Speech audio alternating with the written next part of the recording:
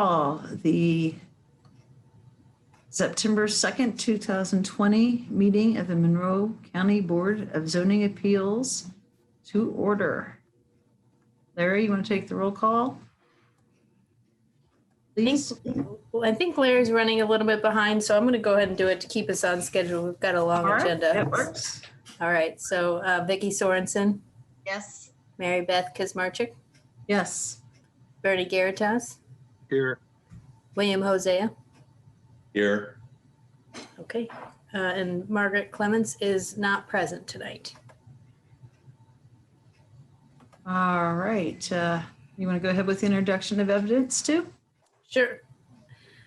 I'd like to introduce the Monroe County Comprehensive Land Use Plan as adopted and amended, the Monroe County Zoning Ordinance as adopted and amended, the Monroe County Subdivision Control Ordinance as adopted and amended, the Board of Zoning Appeals Rules of Procedure as adopted and amended, and the cases advertised and scheduled for hearing on tonight's agenda. All right. And approval of the evidence, we need to approve that or? Yes. Yes. Motion to approve I move to approve the evidence as read, introduction of evidence as read. Second. Okay, I'll call the roll. Mary Beth Kazmarchik, Yes. Bernie Garitas, Yes. William Hosea, Yes. and Vicki Sorensen. Yes. All right, motion passes. So we have approval of the agenda. I move to approve the agenda. So moved. Second. Okay. Bernie Garitas, Yes. William Hosea, Yes. Vicki Sorensen, Yes. Mary Beth Kazmarchik. Yes. Okay. Should have done those two together. Okay. Are we going to approve some minutes here?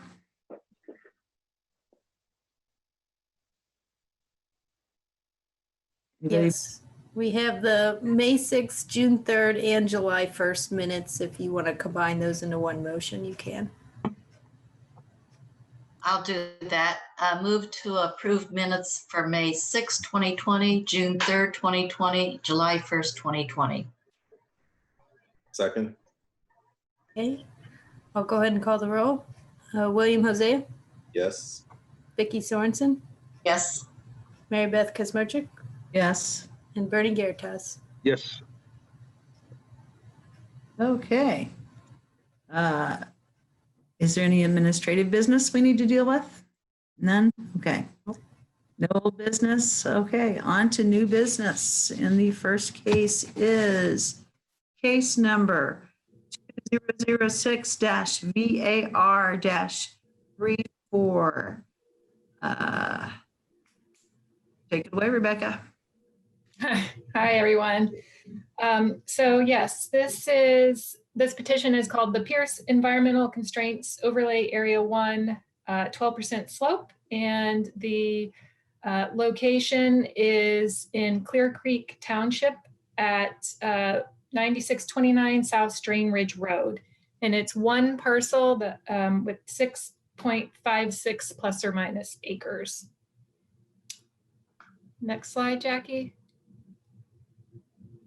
Rebecca, I think there might have been a issue combining the documents, so I'm going to pull up the BZA report for your slides. I apologize on that. So just 1 second.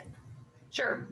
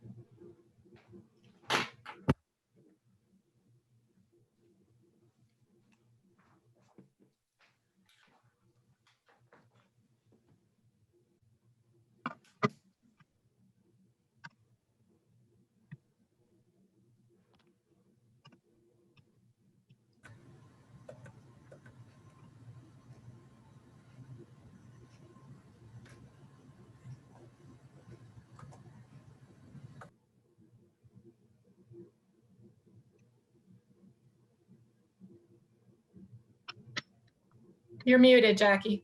Sorry, is this the first slide you want me to show you? Well, so are none of my slides in there? I don't think so. Okay. Would it make sense if I sent them real fast or I just want to proceed? Yeah, let's go ahead and proceed. Okay. In the background, I'll try and see if I see anything. Okay, all righty. I'm So, looking also. so let me start by summarizing this petition and giving you some background. Hopefully you've all been able to read your packets and can follow along with me, even though my slides aren't going to necessarily relate to what you see on the screen. But so this is a request for a design standards variance from Chapter 825 as it relates to the Eco Area 1. And the purpose of this request is because the petitioner is wanting to build a house on this lot. And it would involve constructing a gravel driveway across a portion of slopes that are greater than 12%. So that's where we are, that's why we are here asking for, or he's here asking for the variance. And the driveway would serve a single family dwelling unit on the lot. So petitioner was informed a variance may be necessary when he had his property surveyed. So that's sort of how this came to the planning department. And then when we reviewed his site plan, the petitioner's site plan, it did in fact reveal that the site is located in the Eco Area 1 near Lake Monroe. And so, you know, that Eco Area 1 regulation mandates that there shall be no disturbance of natural vegetation and construction beyond the 12% slope. And so to summarize, the proposed gravel driveway is the thing that's violating the slope. His proposed home is not violating slope. But to get to his proposed home, the driveway would run about a length of 120 feet across slopes of 13%.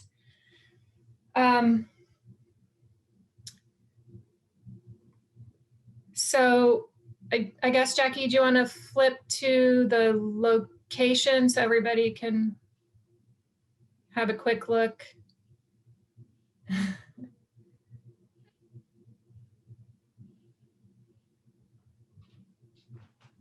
Okay, so yeah, so here's the location. The address is actually 9629 South Stillwater Lane, but you access it off of East Monroe Dam. Okay, next slide. So it's currently zoned Agricultural Rural Reserve with the Environmental Constraints Overlay Area 1 as well. Next slide, or picture. Site conditions, you can see there's not, I'm going to interrupt. I did find within the existing PowerPoint presentation, this one, it starts at around slide 32, 33. If you want to pull that up, it might help make things go a little smoother. Yeah, sorry. Apologies for my hard editing. I understand. I'm glad I just saw it embedded in the existing PowerPoint, just kind of in the wrong spot. So, okay. All right, we'll get back on track here.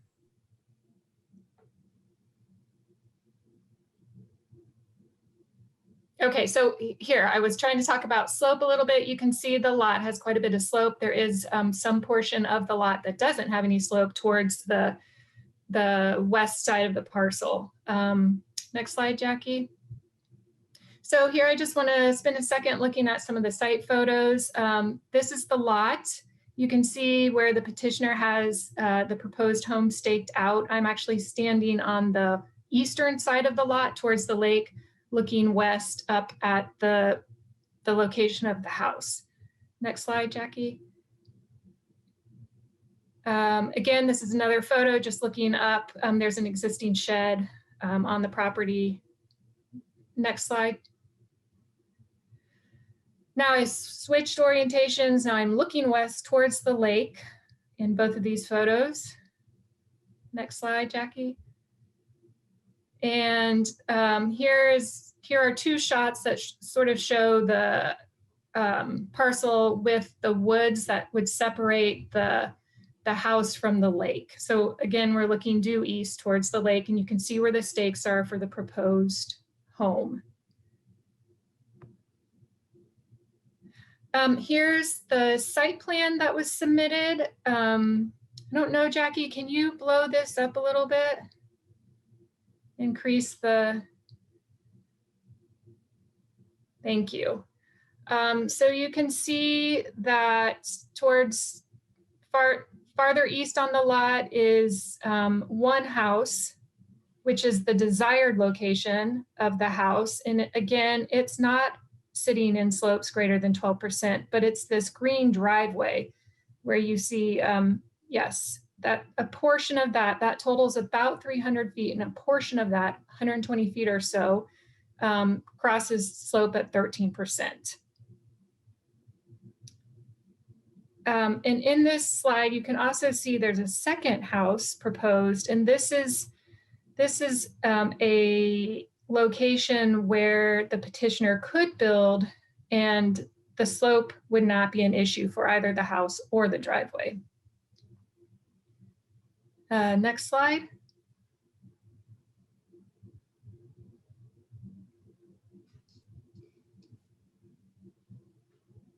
So this is the letter the petitioner submitted.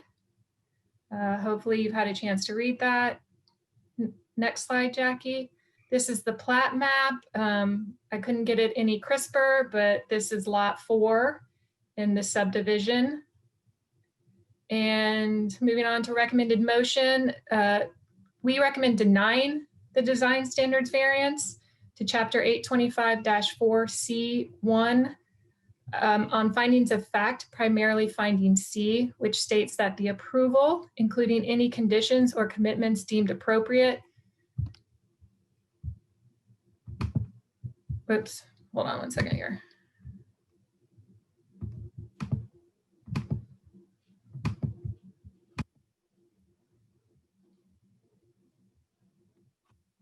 Technical difficulties, bear with me. The approval, including any conditions or commitments deemed appropriate, is the minimum variance necessary to eliminate practical difficulties in the use of the property, which would otherwise result from a strict application of the terms of the zoning ordinance. And in our findings, we found that the petitioner could locate their house in an area within 12% slope, and thereby eliminate the need to build a driveway where slope is impacted.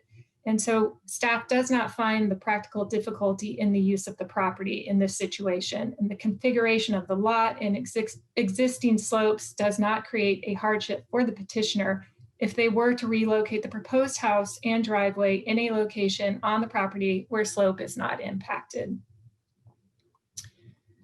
And Sorry, I thought you were go done. ahead. Yeah, time for questions. Do you have any questions? Anyone have any questions for staff?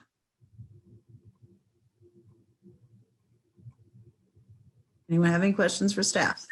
Rebecca, this is Larry. Hi, Larry. The picture you showed with the house, the picture you showed with the stakes for the house, Yes. that's the location that actually meets the slope requirement. Is that correct? No, that's the desired home. Okay, so there's no So trees. that's the location of the house that would cause the driveway to violate the slopes. Okay. Does the driveway go through any area that has trees in it? No, Okay. Does the area that you deemed appropriate for the house have trees in it that would have to be cleared? no. Okay. Any other questions for staff? Seeing none, is the petitioner here? Yes, this is Jason Pierce. Would you like to speak, sir, I assume? Yes, please. First, I'd like to thank the board for the Hold on. consideration for the variance. Okay, sir, thank you. Can you raise your right hand and swear to tell the truth and nothing but the truth? I do. Thank you, sir. You can continue. Okay, thank you. I'd like to thank the board for the consideration for the variance. Start off by that, and then I'd also like to thank Rebecca for helping me through the process. There's two points I would like to raise in my ask for the board's approval on the variance. The first is the use of the property. When me and my family started looking for property in Bloomington, we wanted to move back, and we wanted to let my daughter experience some of the things that I had growing up on a farm. You know, wanted to have some goats, vegetable garden, flower garden, some beehives, to kind of know where food comes from and all those experiences that I had. When we were looking at lots, we looked at 10 acres on Valley Mission that were much less expensive, but it was all wooded. And whether it would be acceptable for tree removal or not, it's not something that I wanted to do to make room for those activities. So we passed on that. We looked at a couple of smaller lots, but the same problems as far as land use. Our goals of wanting to do those things, it really made those lots less desirable. That's the reason why we kind of landed on the 6.5 acres, was the open area to have those activities, because it's something that's important to me and my family as we move back from the Louisville area, much more of an urban area. That's the first piece, I guess I would, as far as the difficulty that we're experiencing. The second piece is, and I think Rebecca mentioned it, as I've gone through this process, and it's my desire not to impact the environment in a negative way, and that's the reason why we've tried to follow all the processes that are in place. But as we've gone through that, I've reached out to a number of local professionals. I've talked to Jeff at Bynum and Faneuil, Chelsea at Abram and Moss, and both professionals, right? Because I just have my own common person opinion about a gravel drive and the 13% slope. Both professionals felt that a gravel drive on a 13% slope would not be an issue. And in addition, we would be hiring one of the two agencies to place the best practices for the watershed and erosion in conjunction with that gravel driveway, because we do not want to impact the environment in any kind of negative way. Just in conclusion, I would just say I would ask the board to consider why we bought the property in the first place, as far as those land usages that we wanted to have, and the consideration that we had from the beginning of getting property that was already set up to where we could do those things.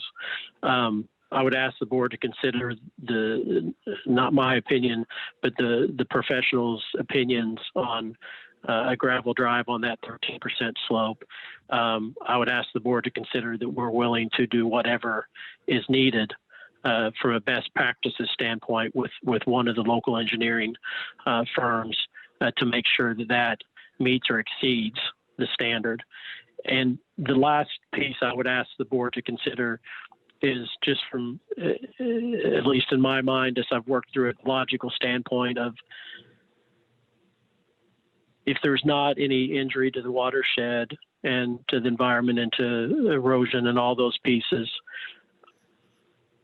my hope that you will find a favorable decision for my variance request. That's all I have. I appreciate the time, and any questions I would be able to answer. Thank you, sir. Does anyone have any questions for the petitioner? I have one. Mr. Pierce, Yes, sir. can I go, Madam Chairwoman, Mary Beth? Yes, yes. Would you fill in or explain again what your proposed use is, your lifestyle use that you and your family are proposing for the property? Could you explain that just briefly again for me, please? Yes, sir. We're planning to have 4 goats, but somewhere 3 to 5 goats. I want my daughter to be able to experience some of the things I did, as far as having baby goat, seeing how life cycle works, understanding as she goes through life, regardless of what she chooses, that when you get a chicken sandwich or a hamburger, that actually comes from a living animal, and have those, I guess, interactions, if you will. We also want to have our vegetable garden and our flower garden to raise some of our foods. Also, the same thing, I would like for her to understand that, whether it's potatoes or green beans or what have you, those come from a process and from the land, and not just you show up to the grocery store and they're there. We're going to have a couple of beehives, long term, and I didn't put it in the request because it's more one of those long term items. I would like to put in a small orchard. It's something that I experienced growing up. It's something that I very much enjoyed. I hope that answers the question. Yeah. So where do you anticipate the location where you might put some of those activities? Are those going to be up between the house and the roadway? The gardens, I would think for sure would be up in that area. The goats, I would say somewhere between the roadway and the house. I would not want the goats, necessarily right up against Stillwater Lane. I could see the flower garden being up there first. I could see the vegetable garden coming in behind that, and then having space for the goats to graze, because they're somewhat, if there's not a food source, just like any animal, they have a tendency to roam more than they should. And then also to have our house without having the goats right on top of the house. Mm-hmm. And again, the home site that's marked proposed house is not where you're proposing it. You're proposing it to the southeast of where that proposed. Yeah, that's what I thought. Okay, that's all I've got. Thank you. Thank you. Any further questions for the petitioner? I have one. This is Vicki. In your explanation about all the things you want to do, is that the reason why you decided to move the house further back on the property, or was there another reason that you made that decision? Yes, and there was a couple of reasons, right? One, the farther away from the roadway, just from a personal perspective, I would prefer. But, more so than that, just, kind of like I mentioned, I don't necessarily want, even though we want to be able to experience the goats and experience that cycle, I don't want them necessarily in the front yard or the backyard, if that makes sense. And that's really the reason for the location is the roadway and then the land usage. Outside of that, I know I've talked to a couple of different people, Vicki, and one thing that was brought up was the lake, and regardless of either one of those sites, there's not really much in terms of a lake view at all. So that's kind of where I stand on it. Okay, thank you. I have a question. So you're proposing to put the goats up there about where they have the house? Is that correct? Yeah, it's somewhere in that area. And Mary Beth, I mean, I know what I want to do, and I want it to be something that not only, I mean, the primary purpose is for Lila, my daughter, to be able to experience those things, but I also want to make sure that I'm cognizant of my neighbors, and want to keep it to where it's, I guess, pleasing to the eye for them. I don't want anybody to be concerned because there's goats running along Stillwater. So I want to be able to have them back a little bit away from Stillwater, because we've been away from Bloomington for a long time. I love Bloomington. we look forward to being back here, and I want to do all the right things, and just like with this process, I want to make sure we do the right thing and do it the right way. And the goats, will be like that. Okay. Any other questions for the petitioner? Okay, no other questions. Would anybody else like to speak on behalf of this petition? Thank you, Jason.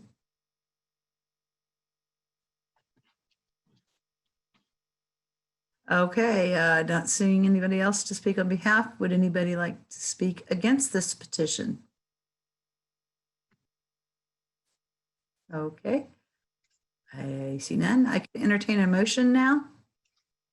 I can do that. Just want to add that I think the way Mr. Pierce and his family have looked at this property is exactly kind of how we want people to look at properties. I understand staff's recommendation, but I think that the placement of his home and the placement of the activities he wants to do on the property is very reasonable and responsible. I think practical difficulties have been met because of that. I commend him on speaking to a couple of trained professionals and not just one, possibly that would give him the answer that he wants, but seeking the advice of two, which shows that he's preparing this with his due diligence and trying to come up with the best solution. So, matter of case number 2006-VAR-34. This is a request for design standards variance, chapter 825-4. Parentheses C, parentheses 1, at 9629 South Strain Ridge Road, 9629 South Stillwater Lane.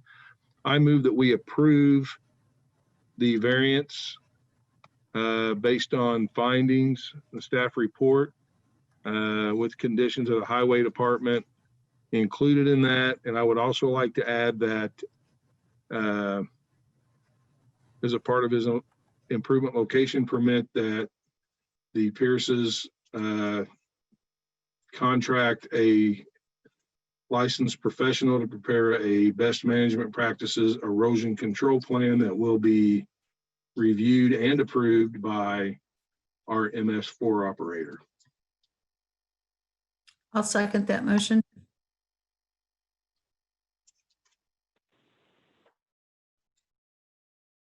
All right, Larry, I notice you're on now. Do you want to call the roll or you want me to call the roll? This is the vote on petition number 2006-VR-34, development standards variance from the environmental constraints overlay for Pierce for property located at 9629 South Strain Ridge Road. The motion is to approve the variance based upon the amended findings, which find that practical difficulties do exist for utilizing the property.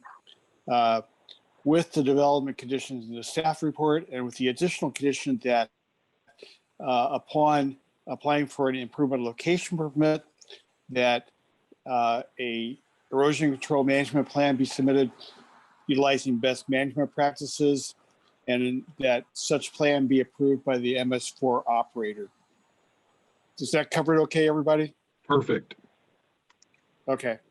Okay, a vote in favor is a vote to approve the variance with amended findings. And Margaret's not here tonight?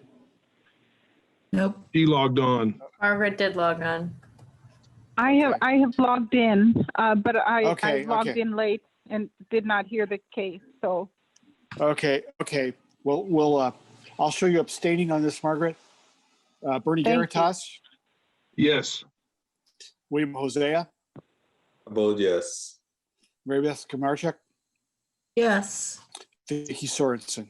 Yes. The variance is approved by 4-0 vote. Thank you, Mr. Pierce. You have a wonderful evening and enjoy your new home. Welcome back. Thank you, and that means the world to us. I appreciate everyone's time. Thank you. Okay, the next case is case number 2007-VAR-43 and 2007-VAR-44. Ann? Thank you, Mary Beth. So this case is for the these are two design standards for the petitioners named Hardiman. This is from design standard variance from the Chapter 804 buildable area, the 15% slope restriction, and also from Chapter 825, the Eco Area 1, 12% land disturbance restriction. So the property is located in Salt Creek Township in Section 33 at 7376 East Winfrey Lane. It's platted within the Winfrey Estates subdivision. So its current zoning is suburban residential with the Eco Area 1 overlay. The comprehensive plan identifies this area as farm and forest. So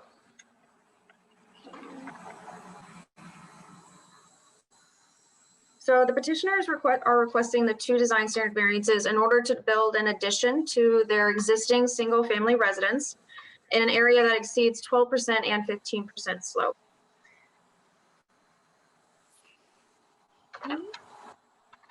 So the petition site, the lot and structures are pre-existing non-conforming, rendering them grandfathered until a change is requested. The existing single family residence is 930 square feet, built in 1987. There is a detached garage that's approximately 1,100 square feet, built in 2002. So what they're requesting the addition is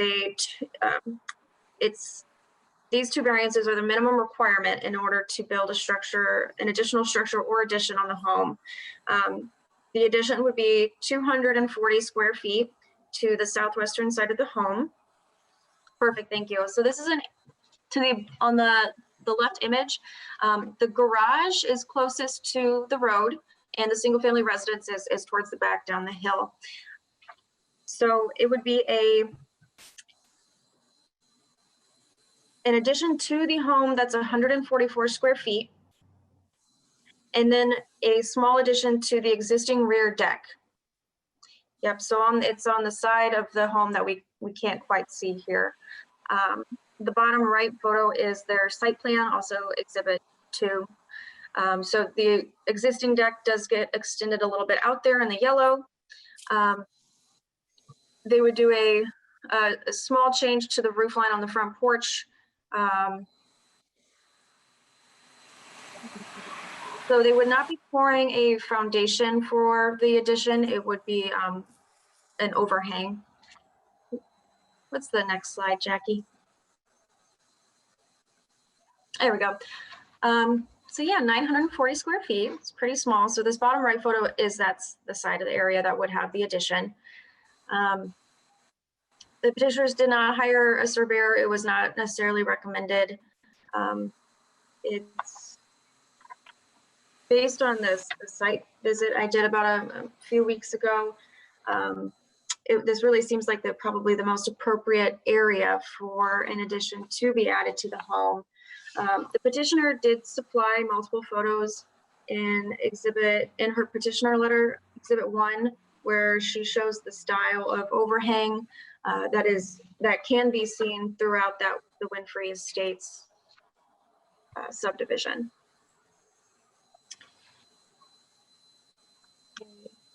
So,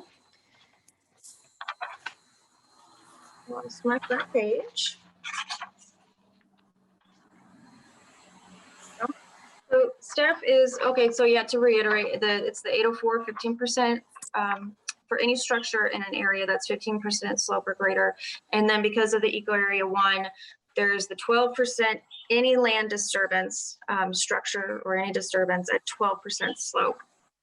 So staff is recommending approval to both variances based on practical difficulties, specifically C. The home is pre-existing, it was platted before the zoning ordinance, and this would be an ideal area to add an addition.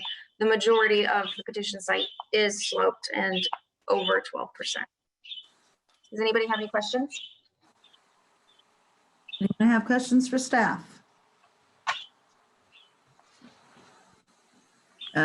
Is the petitioner here? Yes, I am. Can you Would hear me okay? Yeah. Yes. Would you like to speak? Sure. Thank you. Okay, I need to swear you in. Do you swear to tell the truth and nothing but the truth? I do. All right, thank you. So hi, yeah, my name's Lisa Hardiman. Okay. Thank you for this opportunity. So the reason I want to build this 12 by 20 addition is so we can increase the size of my kitchen and my dining area. I purchased this home back in 1988 when I was 21 years old at the time. And at that time, I didn't consider cooking as something I was interested in. So, but now that I'm much older and I have children and they bring friends, I want to cook and I just don't have the space. Like I currently have this 10 by 10 kitchen and that includes the appliances and the countertops. So if I even want to do any vegetable chopping, I have to put a board over my sink because I just don't have the space. So it's time, we're ready to build on. And so beginning about a year ago, we started contacting contractors to give us some design plans and what's the best way to get a better and bigger kitchen. And 5 of those contractors came back and said the most less evasive way to do it is to just go out to the side of the house where the kitchen is already on that side and go out 12 feet and 20 feet. And we're not wanting to put in a block foundation, so we're not going to have minimal disturbance to the soil. It was going to be the most cost effective too, and we wouldn't have to change our HVAC. It was going to just be the most efficient way for these plans. I did though, however, look into seeing if there was another way to increase the kitchen size, maybe going out the front, and all contractors basically came back and said you could do that, but then you're going to have to change your roof line, you're going to have to tear out your bathroom, you're going to have to do plumbing design changes, and so it like over doubled the cost. So it just wasn't in our budget to even do that. So so then that's when we decided, okay, well, we hired a designer who did an architect to do the drawings, and that's where we are now. But that I wanted to mention that architect who came out, who's well known in the community, when he was looking, he didn't really feel like that he felt like we were right around that 12%. He didn't feel like we were much over, he thought we were within it. He didn't think we would need a variance at that time. So that's when I talked to Ann and Rebecca. They were like, well, you could get a surveyor, but according to the geographics out here, it looks like you already are. So that's why Motion detected at the back door. we went ahead. So so that's where we are. And then also, I just wanted to mention that most of my neighbors have bump outs, and so I took pictures of those so you could see that. So it's not out of the normal for my neighborhood to have these additions built on. And they're all on slopes as well, too. I think that's all I have. Do you have any questions for me? You have any questions for the petitioner? Anyone? Okay, I don't see anyone. Thank you so much, Lisa. Thank you. Thank you. Anyone else here like to speak on behalf of this petition? Seeing none, would anybody like to speak against this petition? Seeing none, could entertain a motion?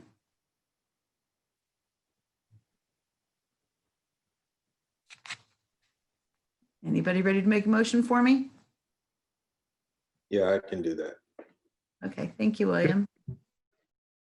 Case number 2007, VAR 43 and 44, petitioners Hardiman. Request for design standards variance, chapter 804 buildable area and chapter 825 eco area 1. I recommend approval. Can I make a friendly amendment to that, William? Yeah. I'm just thinking if for some reason it would happen that that the Hardimans would like to have a foundation versus the piers, in case that doesn't work, that's not something that would kick them back into the process. Or since it's in the packet, I just want to, it wouldn't bother me if they decided they needed to do a footing or a foundation versus the piers. Can we add that if they do change that, it doesn't change our recommendation? Oh, yeah. Is that possible? Should be. I believe the variance is from land disturbance. And so if you basically just say that the variance would be for the proposed footprint, that would give them the ability to disturb area underneath the addition, whether it would be for a foundation or for piers. Does that make sense? That matches my concern or question. Yeah, I think that's what you were getting at. Yeah. Yeah, I'll second that. Larry, you want to call roll? I sure will. Voters on petition 2007-VAR-44 and 40. Hang on. 43 and 44, I'm sorry. Variances from the eco and 15% slope buildable area variances respectively. Vote in favor is vote to approve based upon the findings with the understanding that the variance would apply for the area making up the footprint of the proposed addition. Again, a vote in favor is a vote to approve the variance for both buildable area and for Chapter 825 eco slope restrictions. William Hosea, Yes. Mary Beth Marchek, Yes. Uh-oh.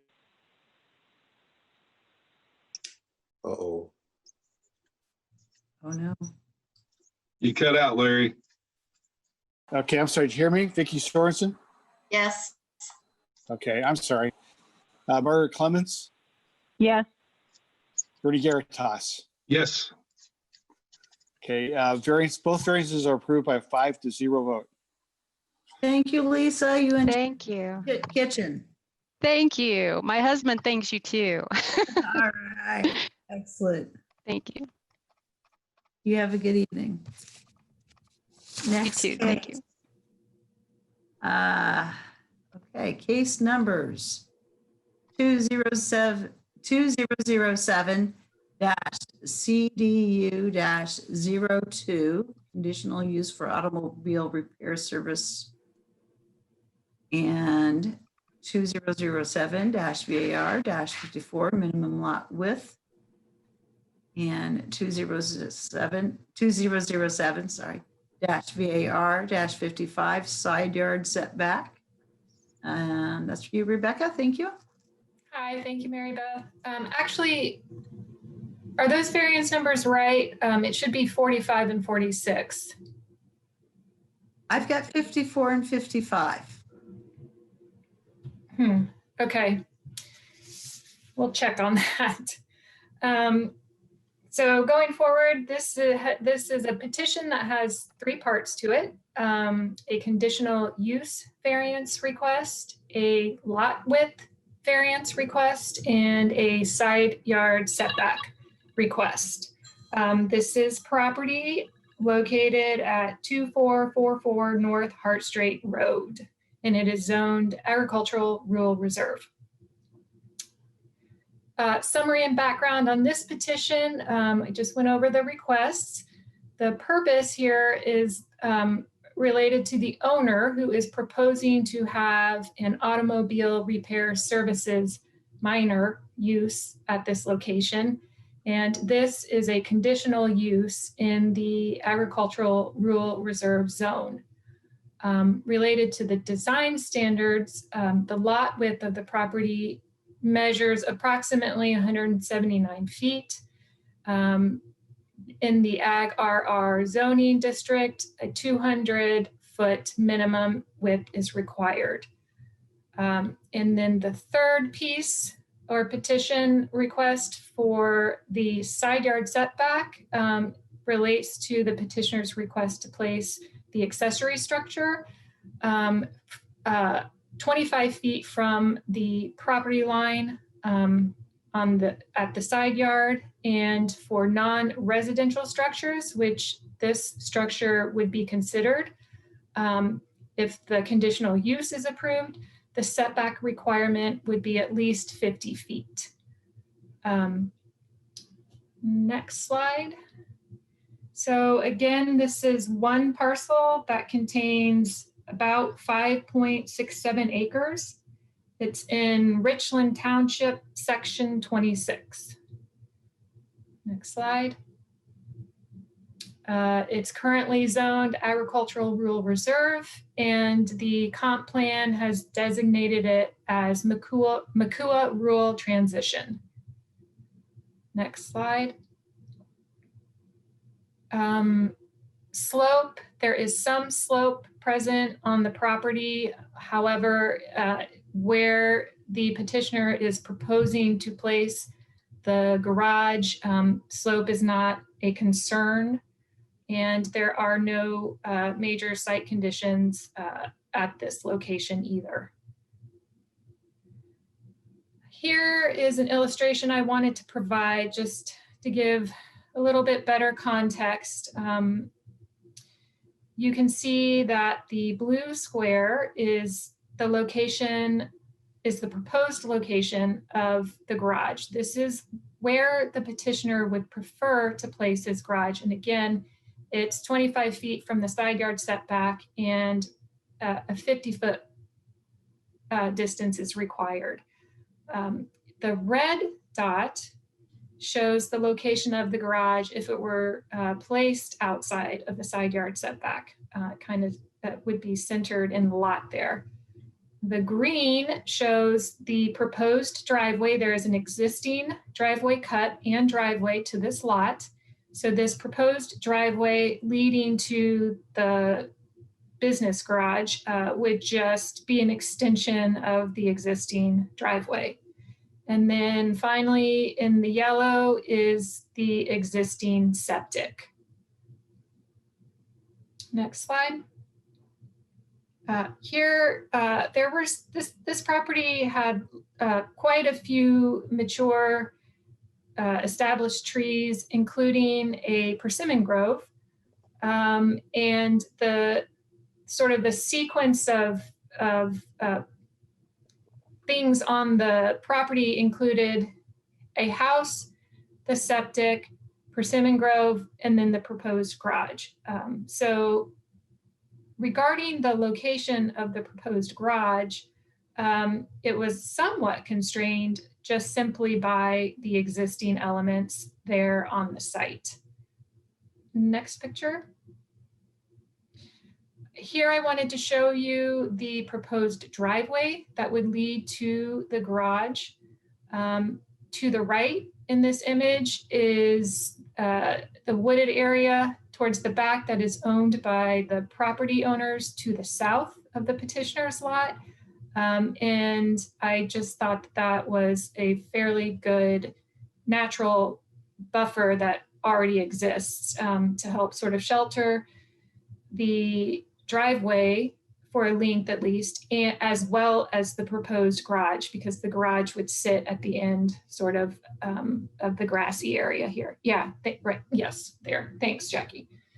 Next picture. This is a shot looking west towards Hart Street Road. Next slide. Here I'm standing at the edge of the septic field looking back in the direction where the proposed garage would be. And the petitioner ideally would like to locate it behind the septic field and then the persimmon grove. Here I included a photograph. If the petitioner were to build or locate the garage outside of setbacks at the 50-foot mark that's required for non-residential structures, you'd likely have to take down these two trees at least. Next slide. This is the petitioner's letter where he describes his objective and gives some detail on what he's planning to do. This is the petitioner's site plan. Hopefully you had a chance to view that in detail. Next slide. Just in the last day or two, I received a letter from Mr. Zimmer, the petitioner, his neighbor to the north, and it is in support of this use. So I wanted to include that. And finally, recommended motions, staff recommends approval of the conditional use request for automobile repair services minor in the Ag RR zoning district based on findings of fact. Staff recommends approval of the design standards variance request from the minimum lot area requirement in Chapter 804 of the Monroe County zoning ordinance. And finally, staff recommends approval of the design standards variance request from the side yard setback requirement in Chapter 804 of the Monroe County Highway zoning ordinance. Monroe County zoning ordinance. We don't have a highway zoning ordinance, sorry. Rebecca, Yes? I think rather than your recommended motion on the screen shows it from minimum lot area. I believe it's from minimum lot width. Yeah, oh, yeah, that's correct. You're correct. That's a typo. Okay. Thank you for catching that. It is minimum width. He does meet the acreage requirement. Okay, any questions for Rebecca? I Quick have question. Is the agenda correct? Do we know for 2007 VAR 54 and 55? Is the agenda? I believe it is. Yeah. Okay, The numbers should be VAR-45-46. I Okay, was that's looking what at it says on I the was looking at agenda. the staff report. Sorry about that. Thank you. Yeah. Yeah, the agenda is correct, but the staff report list is a little bit different, so. Thank you. Okay, all right. Any other questions for Rebecca? Vicki? I have a question regarding the screening of vehicles. Would you consider the tree standard and that they wouldn't have to do any other kind of screening? No, I believe that a little more screening would be necessary. I just sort of wanted to illustrate that there is already some existing screening. Now, mind you, that's not on the petitioner's property. It belongs to the neighbor. But still, I felt it was worth putting in there. Thank you. Any other questions for staff? Seeing none. Is the petitioner here?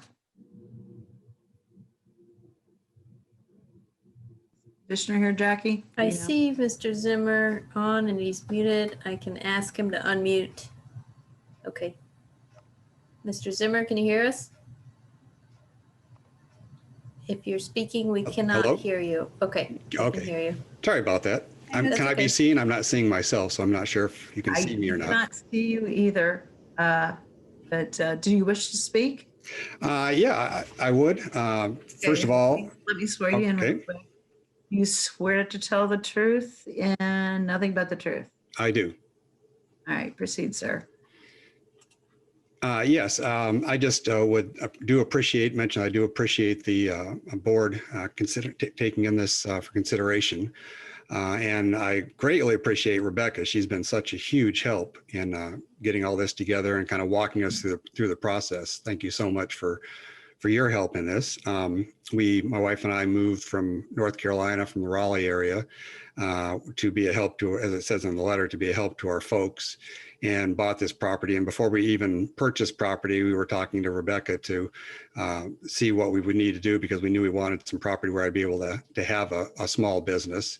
It's not a large business. I ran this business for 11 years in Raleigh very successfully and enjoyed the business, ran it as owner operator. I have no employees, as I mentioned in the letter. Don't really foresee, I know there'd be concerns about a lot of traffic and things like that. I'm sure will be addressed, but usually most days for me are 2 to 3 customers, if that, and hopefully within a year or two, I'm kind of looking at being semi-retired and hopefully working maybe 2 or 3 days a week. So not even really being a full week, but for a while I would be wanting to be pretty steady to kind of build the business up. But that's pretty much where we're at. Again, I appreciate the considerations, and that's why we looked for the property the size that we did. Didn't realize we were going to have issues with the width of the property. Again, finding that out kind of after the fact, realizing that actually most of the properties alongside us have the same width, so would have kind of the same issues. But that's about it. Any questions for the petitioner?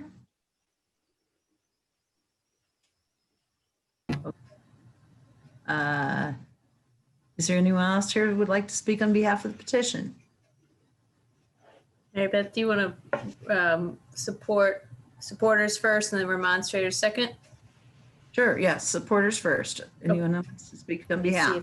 Let me see if anybody is here. I'm not seeing anyone in support. Okay. Anyone want to speak against the petition? Okay. I'm not hearing anything or seeing anything. Valerie Dewar, yep, there.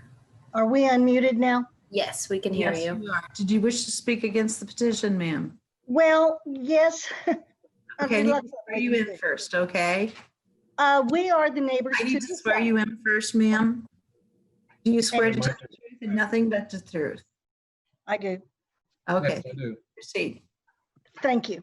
Thank you for hearing us. And also thank you to Rebecca and the staff as we questioned this and needed to gather information. We certainly did not want to, we wanted to give this every consideration because we enjoy having good neighbors and wanted to get off on a good start. We do have some questions, however, after looking the material over, there are questions we have that may actually be answered, but we're not seeing it. For example, the driveway looks as if it's going to follow right along the property line. Is that correct? Yes, that would be correct. Yeah, that's really kind of the best place to put it without going kind of right down the middle of the property and kind of trying to avoid the trees and things. All right. Yeah. So When you put in a driveway, how much room do you have between the property line and the start of the driveway? I mean, is it 2 feet, 5 feet, 10 feet? I honestly don't know what the distances are when it comes to driveways. My thought was there wasn't really a setback on driveways, but I may be wrong. well, on I, that. I don't know. Ours No, is no, 6 foot, so I assumed it was. Rebecca, is there a setback on the driveway? I don't think there is actually. Okay. Jackie, And you can correct me if I'm wrong on that, but I think the driveways don't qualify for setback requirements. This is going to be an extension of an existing driveway that it's already there. Is that what I understand? Yes. So it's just an extension of that driveway. Okay. but it looks Yes. as if it would curve more to the property line. The driveway is probably about 12 feet from the property line at the current place it is. That's true. It does come closer to the southern property line. Mhm. Would that be paved or gravel? I would like to pave it eventually, but it would start out being gravel. We have not had, since our neighbors have moved in, we have not had what I would call a good rain soak yet. And there is a considerable drainage issue from the northwest corner of our property down towards their property. Actually flows right through the center of the property. Yeah, it flows right through the center of the Zimmer property. That's only in the old term of gully washing, so. And we're not Yeah. sure what the driveway would alter that drainage area significantly. And that's a bit of a concern. Second, did you have something? Okay. And second of all, there's a statement in the request that there would be no need for a septic system. So I'm assuming what kind of plumbing is intended? There's no plumbing. There won't be a bathroom or anything there. I figure I'll have a golf cart and nope. Mm-mm. If there's no water, when you'd have, I don't know what the coding is from OSHA guidelines or whatever, but in where garages are concerned nowadays, is there not any coding for eye wash or quick shower or water for fire extinguishing or whatever for hazards and safety? Well, there would be fire extinguishers, but as far as, I don't know that there's any requirement that I have plumbed water to the building. I would,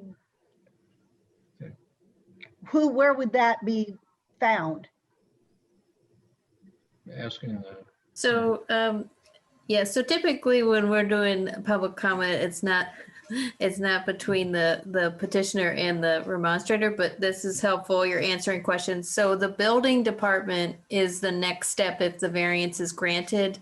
Mr. Zimmer will have to check with the building department and meet the building code for the use of the garage that's being, proposed. Okay, thank you, because these are things we have no knowledge of. Let me see, I've got another. We have in the buffer that you have of growth on the property line, actually a great deal of that is ready to come out this fall. We did not know that that was an issue because it's encroaching on our pasture land. And most of that buffer, almost all of that buffer is on our property. And we've already started clearing out some of it, as you may or may not have noticed on there, part of it that's closer to our house, but the rest of it, probably another 20 feet or so of it will be cleared out probably within the next year or two. So we won't have that buffer between us and the garage building on there. And so that we just thought you should know that. And we do have a retention collection pond for bad rain, and we will keep that. We will maintain that. That's good for both our properties. But we have raised cattle back there before, and we certainly would want to do that again. This is not land that, in spite of our gray hair, this is land that will be staying in our family for the next generation. And so if they choose to have farm animals, et cetera, because of the zoning, we certainly would not want something that would be extremely noisy and bother the cows, for lack of a better term. And we think we go along with Eddie Henderson on the other side of Zimmer's. We think they're going to be good neighbors, and we hate to put a thorn in the side, type of thing on here. But our general belief, and I'll let you go. We've thought about this quite a bit. I'm going to let her read it for you. Generally, we believe in entrepreneur endeavors. We're self-business owners as well. And we believe people should have the right to do what they want to with their own property. However, both of these beliefs have one caveat, and that is that they should not interfere with the rights of others. We are concerned that our own property value will decrease with this because it will change the appeal of our property. Once we go down the slippery slope of variances and conditional guidelines, time creates the ability to stretch those conditions and forget the guidelines, thus growing something that's entirely different than what was first intended. So what may be a beautiful garage with 3 or 4 cars inside it being worked on, and who wouldn't like to have a good mechanic next door? We would be concerned that pretty soon those 3 cars outside become 5 or 6 cars, and there's no one to be watching this kind of thing.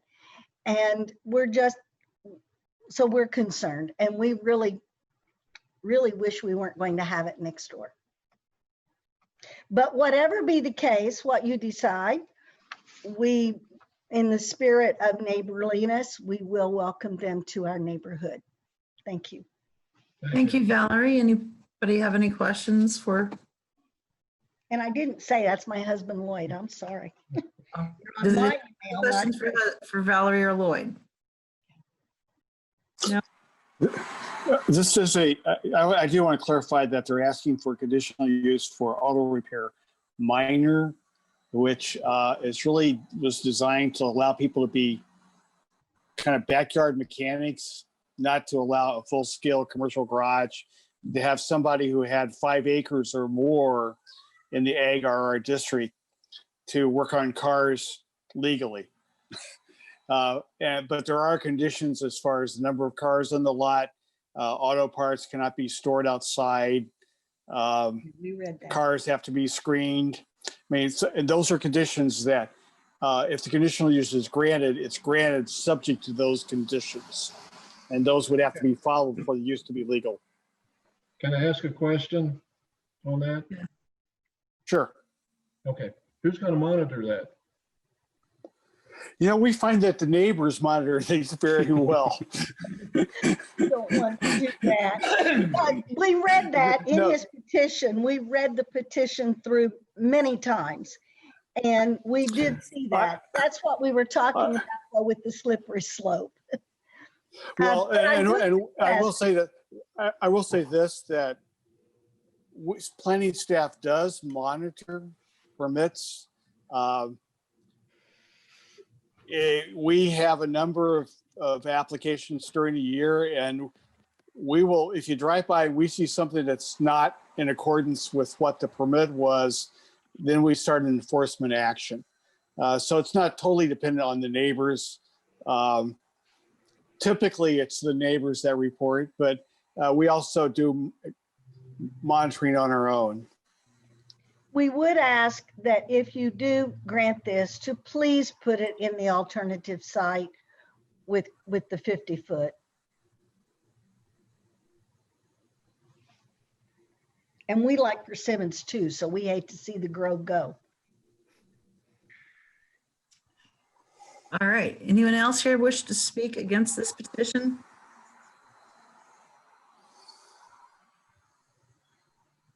Seeing no one, does anybody have a motion for us? I've got a question for Rebecca. So in the proposed position, our location, how does the buffering work over there? It's site plan review, that will be reviewed, correct? Correct, yeah. But you won't utilize the existing trees on the neighbor's property for that buffer? Well, no, because, you know, as we learned tonight, those might be thinned out anyway. So, yeah, technically the petitioner, it's his responsibility to provide the screening that will be, you know, expressed or required in the site plan going forward. Can I make a comment? Yes, sir. Okay. And I have no problem with extra screening or anything. I mean, I certainly don't, as the Dwars mentioned, I don't have any desire to be a pain to my neighbors either. And incidentally, I do live with my mother-in-law, and so she's not going to let me have cars sitting around or a junky area back there. And my wife's kind of the same way. So I certainly appreciate their concerns. That would be something I would certainly, the size garage I wish to build would easily hold 5 vehicles, and I rarely would have more than 2 or 3 vehicles even there. So yeah, I'm not, okay. She won't let me keep any cars around for sure. All right, thank you, sir. Okay, are we ready for a motion?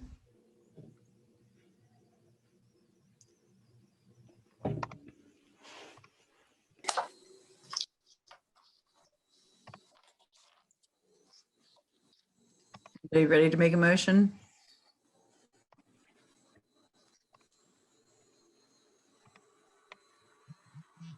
Yes.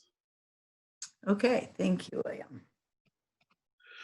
Okay, case number 2007-CDU-02, conditional use for automobile repair services minor, chapter 813. 2007-VAR-45, minimum lot width from chapter 804. 2007-VAR-46, side yard setback from chapter 804. Petitioners Dave Zimmer. I recommend approval.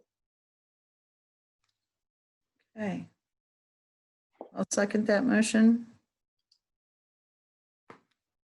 Please call roll for us, Larry. You're on mute, Larry. I'm going to do these separately, just from the standpoint that I just unmuted myself. I'm sorry, I had a little difficulty. Okay. And I have one question about the motion.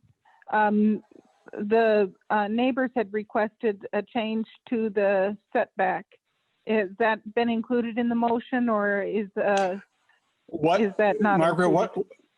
what I'm going to do is to call 3 roll call votes on these, one on the CDU, and then on the 2 variances. If the BZA decides they do not want to grant the variance from the side yard, then the 50-foot setback would be applied.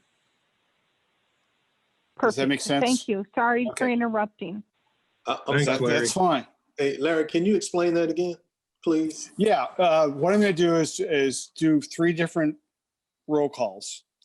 The first one would be for the conditional use. If that's approved, then the second one would be for the lot width variance, okay? And the third would be for the design standards variance from side yard, okay? And if the BZ did not grant the variance for side yard, they could still build it, but they would have to build it in the 50-foot setback. And that's where they would be taking down the persimmon trees, is that correct? I don't know. I couldn't. No, not necessarily. Yeah, I didn't think that was necessarily the case. No, it would just be 2 other trees, but not the persimmon grove. Okay. Thank you. Well, okay. I will take the vote. This will be the vote on granting the conditional use for auto repair minor for this parcel. It's Zimmerman Auto Repair Minor conditional use. Vote in favor is the vote to grant the conditional use based upon the findings. Mary Beth Komarchuk, Yes. Vicki Sorensen, Yes. Robert Clemens, Yes. Bernie Garitas, Yes. William Hosea. Yes. The conditional use is granted by a 5-0 vote. Okay, the next vote will be on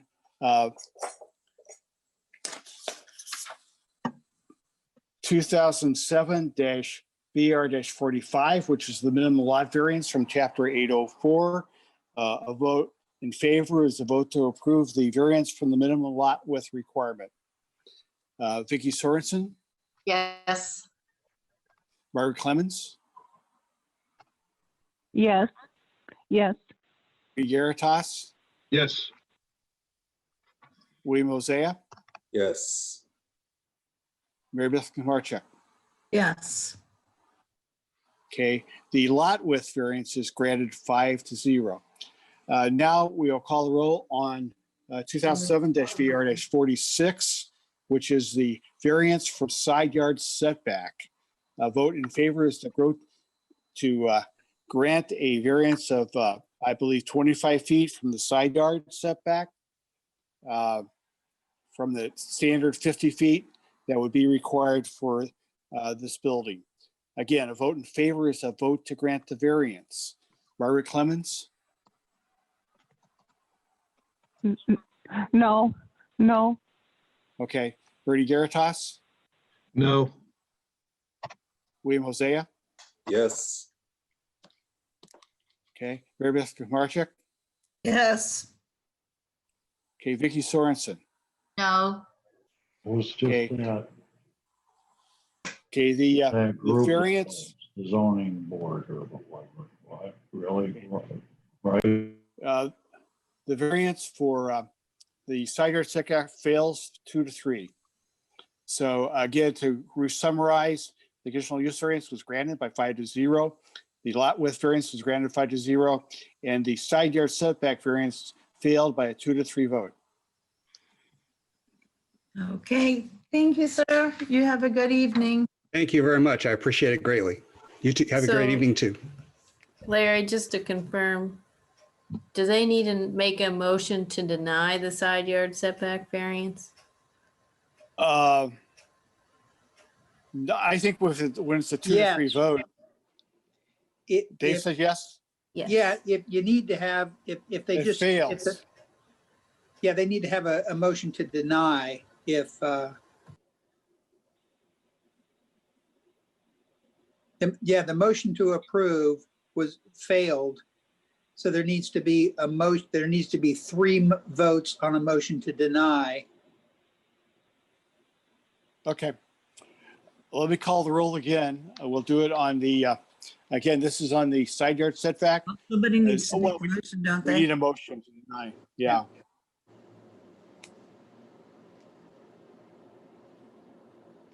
I move that we deny the design standards variance request from the side yard setback requirement in Chapter 804 of the Monroe County Highway Zoning Ordinance.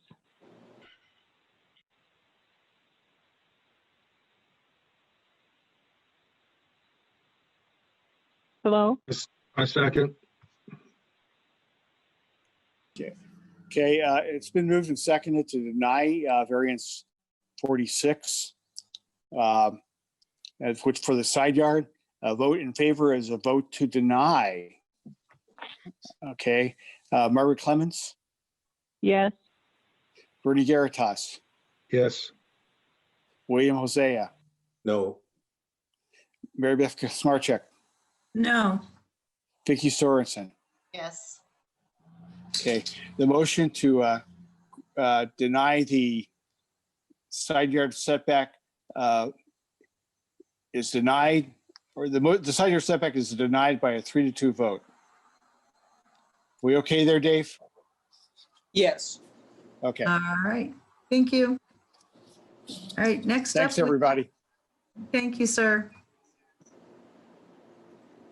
All right, next up we have case number 2008-VAR-48. All right, can you guys hear me okay? Yes, sir. Okay. All right, this is the Sparks Design Standards variance for minimum lot width from Chapter 804. We'll go ahead and start with some summary and discussion here. The petitioner requests one design standards variance from Chapter 804 in order to build an approximate 490 square foot in-ground swimming pool with approximately 1,190 square feet of new deck area behind the existing residence. The lot contains an existing single-family residence with a detached garage, a pole barn, and an additional, much older style pole barn farther back on the property. The petitioner's residential pool permit application was received by Monroe County Building Department in July of this year. Upon planning staff's review of that petition, or excuse me, that application, it was discovered that the petitioner's site does not meet the minimum lot width requirement of 200 feet for the zoning district. So as such, the petitioner had to submit for a variance in order to do any new development on that property, given their minimum lot width. The petition site is zoned agricultural rural reserve. That minimum lot width requirement is 200 feet. And at building line for this petition site, the minimum lot width measured 180 feet. I will also note that there are multiple lots that are zoned Ag-RR in this area that also do not meet this minimum standard. So here we have the location map. It's located at 2402 East Shushat Road. I'm not sure if I'm pronouncing that correctly, but it's in Perry Township, Section 10. So the current zoning is agricultural rural reserve. The adjoining parcels are either agricultural rural reserve or estate residential to the north. The surrounding uses are single family residential and agricultural. And the comp plan has it designated as, let's see, I believe it's, yeah, Makua Rural Transition. All right, so site conditions and slope map here. The petition site's approximately 10 acres, receives access off of East Shushat Road. It's designated a local road. There are some hydrological features on the property that are, you can see in the southern portion here in the light blue and the dark blue on these slope map and site conditions map. There's hardly any 15% slope, so don't have to worry about that.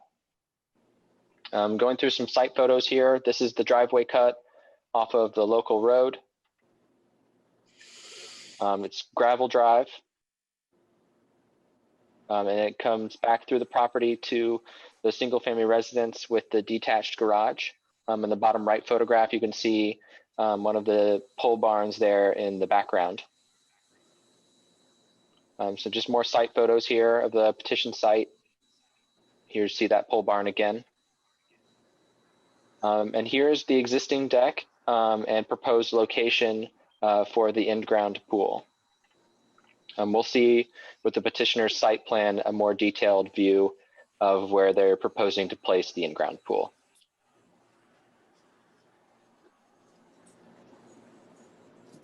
Just more photographs there. So here is the petitioner's letter to the Board of Zoning Appeals describing that they would like to put the in-ground pool on their property and that they understand that they don't meet the minimum lot width for the zoning district. Here we have a submitted site plan that was included with the building permit application that shows their existing deck area and the proposed location for the in-ground pool structure.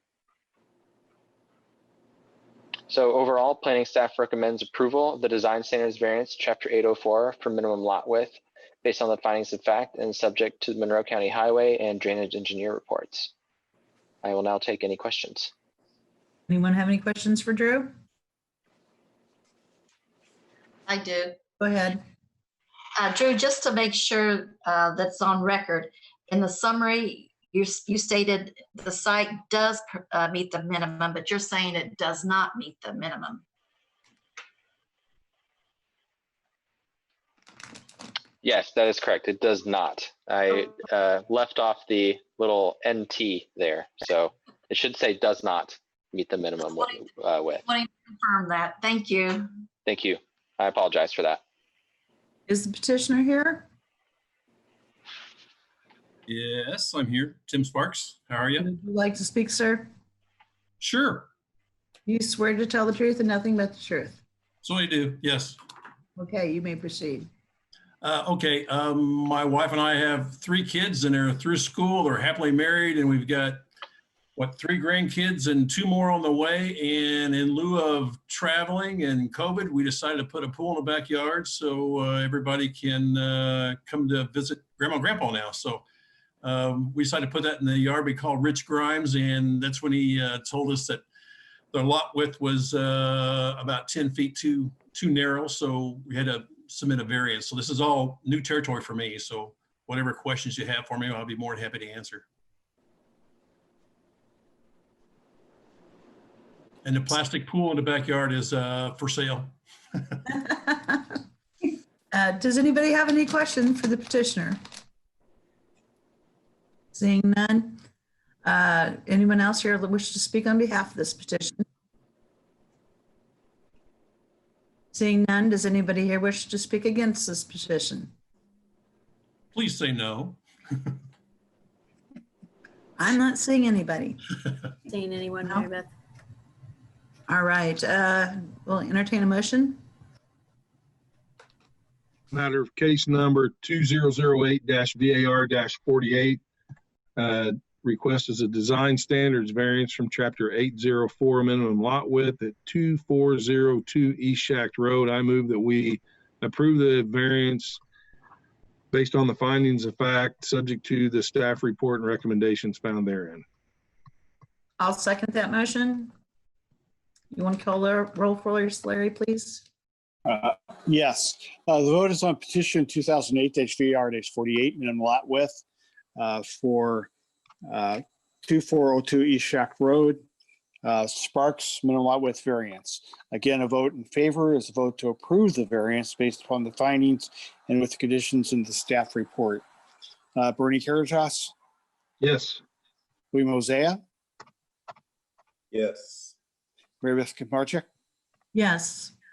Vicki Sorensen? Yes. Margaret Clemens? Yes.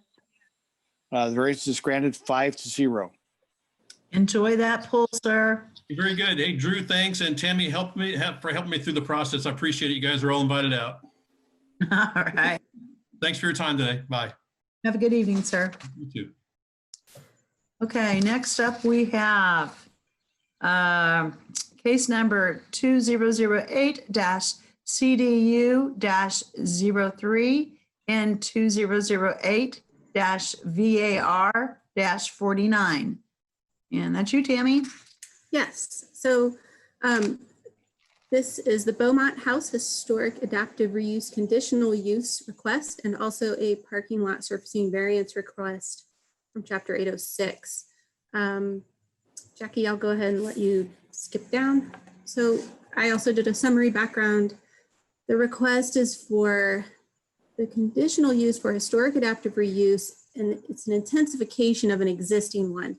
They would like to add essentially an ag event center, medium-sized use to an existing hotel use that is on the lot that was previously granted in actually, in 2018 by the BZA.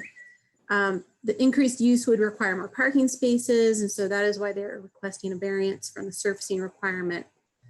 The purpose is that the petitioner would like to host events on the property. Currently, they're only allowed to have 12 people associated with the hotel use. And they would like to have up to 150 guests on the site, with events averaging about 2 a week, so maybe up to 100 in a calendar year. And I would like to say that if this is approved, they would still have more hurdles to kind of get through. There would be a site plan amendment that would need to be filed with planning. And then also the Historic Preservation Board of Review would have a little bit of say in the design of the parking lot and landscaping through the certificate of appropriateness process. This is located at 9030 West State Road 48, which is in Richland Township, section 32. It's currently zoned Ag Rural Reserve. And I will say that it is 3.42 acres in size. So we do meet the minimum lot size area, but this is far smaller than what we normally see for an ag event center that comes online. And then we have the the farm and forest comp plan designation. With regards to site plan, you're going to see some floodplain along the roadway there. The best available floodplain map does show some floodway and floodway fringe that encroaches into the property. They did some remediation with the home already to make sure that its first floor elevation level meets the regulations through DNR and FEMA. But the parking lot, it's possible that the way they design it, we're gonna have to watch and be careful that they're not gonna design it to be in the floodplain area. And then just that bottom picture there is kind of showing where the site is in relation to other homes that are out in the area. One of them is to the west, 0.34 miles away, and the other one is about 0.25 miles away. And there is a small church about 2.5 miles away there as well. But it's pretty sparse. We've got another commercial business to the north and east as well. Okay, and so I wanted to familiarize you with the site itself, and maybe I'll go through a small bit of history of what has occurred on the site. So we had the rezone occur in 2017 to add the historic preservation overlay to the site, which activates this historic adaptive reuse conditional use. And they did get the hotel use approved for what is the little blue star, thanks Jackie, and associated with that is the yellow septic system. I'm going to keep pointing out the septic systems here because it's important on how we think about this lot and how much is going on here. To the far west, they actually also have a couple of goats on the site that are kind of more like pets, I would say, and a little shed associated with it.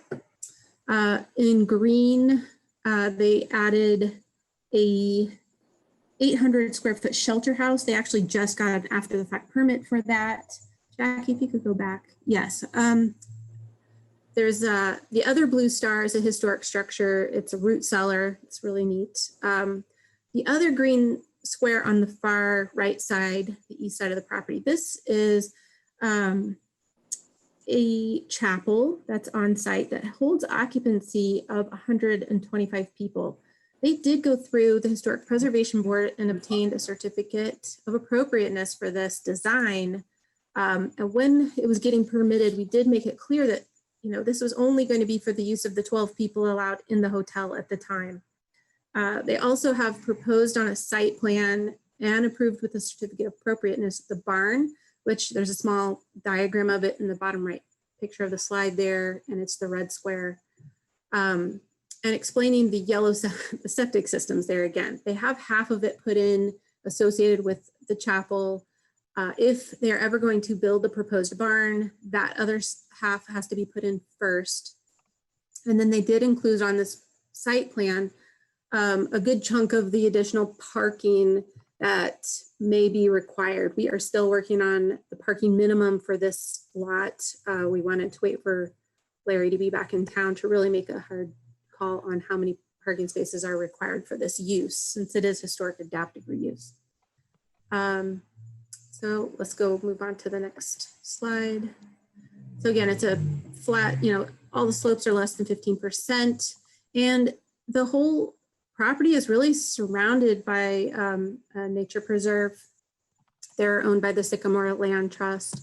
And so there's not a lot of neighbors. And in fact, the site maintains a little bit of frontage right along the park where the trail hits. And when I hiked that trail, I actually could see the petition site and see the old Beaumont house there. So it's kind of a neat addition there. Next. So these are some of the slides. You've got the Beaumont house restored. At the bottom there, it's one of its older conditioned ones I just threw in there for the fun of it. The 800 square foot shelter house in the upper right.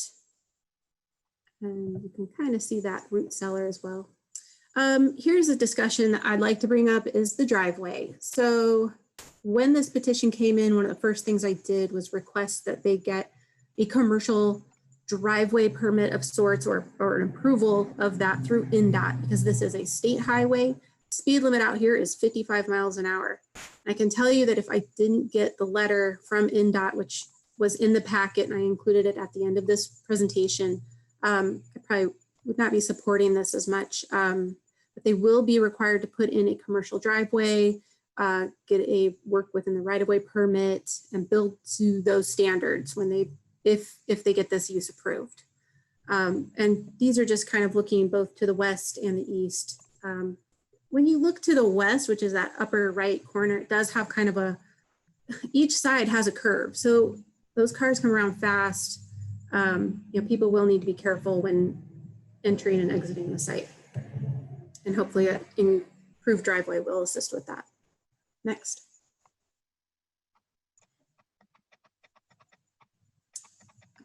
All right.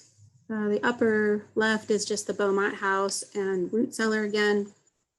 The center picture is the corner of the Beaumont house and then showing the existing gravel drive, which was allowed to be a gravel drive because of the size at the time. But now that they're asking for a larger parking lot, which would extend farther back towards those trees, they would probably have to remove some of those trees, a considerable amount of those trees actually.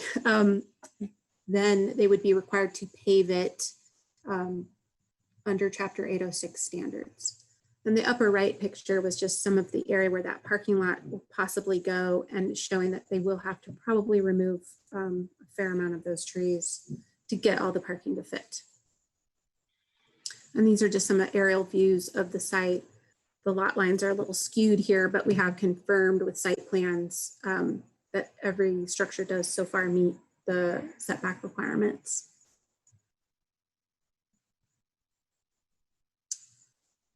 This was just kind of a case history that we did.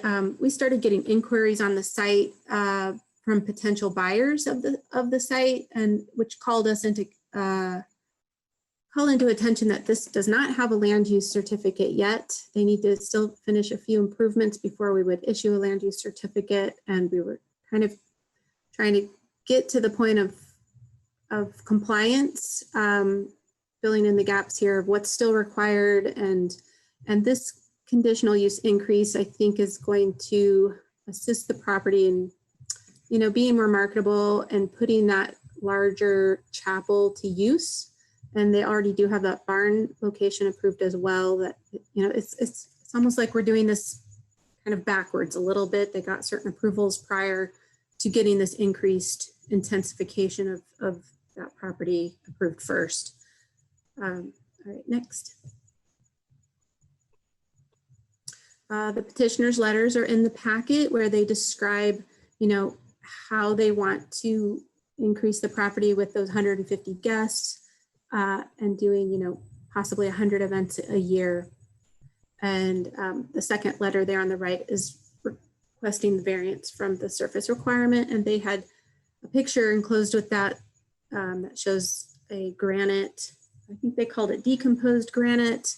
Again, this is actually something that the Historic Preservation Board, if this use is approved, they would be making some of the decisions on the way this would look, that the parking lot configuration and the materials that they would use for it.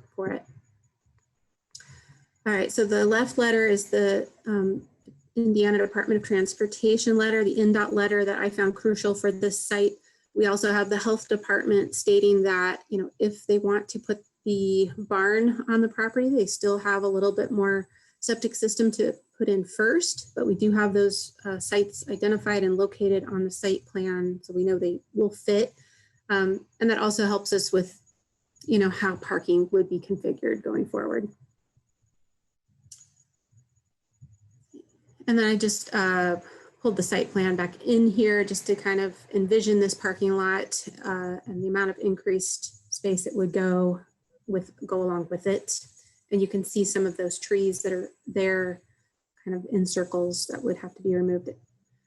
So this did go to the Historic Preservation Board August 17th. They did kind of a preliminary review on this. That was where, you know, we really did confirm that a certificate of appropriateness would be required. And they did express some concerns about maybe the intensification of use might take away from the historic character of the lot itself and overtax it with the improvements, you know, but they also did approve the chapel and the barn already through their processes. So, I mean, you know, like I said, we're kind of doing this a little bit backwards. And I did have one person that lived out there call in with a concern from that she was concerned about the number of people that would be allowed on the site and the possibility of the alcohol consumption that goes along with it, and concerned about the guests that would be driving on the roads out there. So we wanted to throw this in because it came in before the staff packet could go, or it came in after the staff packet was published. And with that, it was hard to come to these two conclusions. Staff recommends approval for the conditional use request for historic adaptive reuse based on the findings of fact. Staff also recommends approval for the design standards variance for the parking lot surfacing requirement request based on the findings of fact. You know, staff did do some comparisons with the most closest use, which was that medium ag event center. It does not really align up. A medium-sized ag event center requires 20 acres. This is only 3.4. You know, and a lot of the setbacks weren't quite met. You're only supposed to have about 40 events a year, and they're asking for 100. But again, this is kind of a special use in that this is historic adaptive reuse. They don't have to pigeonhole themselves into just one specific use. Right now, they're doing two uses essentially. One is the hotel with the Beaumont house that's been restored and it's beautiful. And then they're asking for this whole second use to do the Ag Event Center on the site. Well, what we're calling Ag Event Center, but in combination, this whole thing is a historic adaptive reuse. All right, so does anyone have any questions?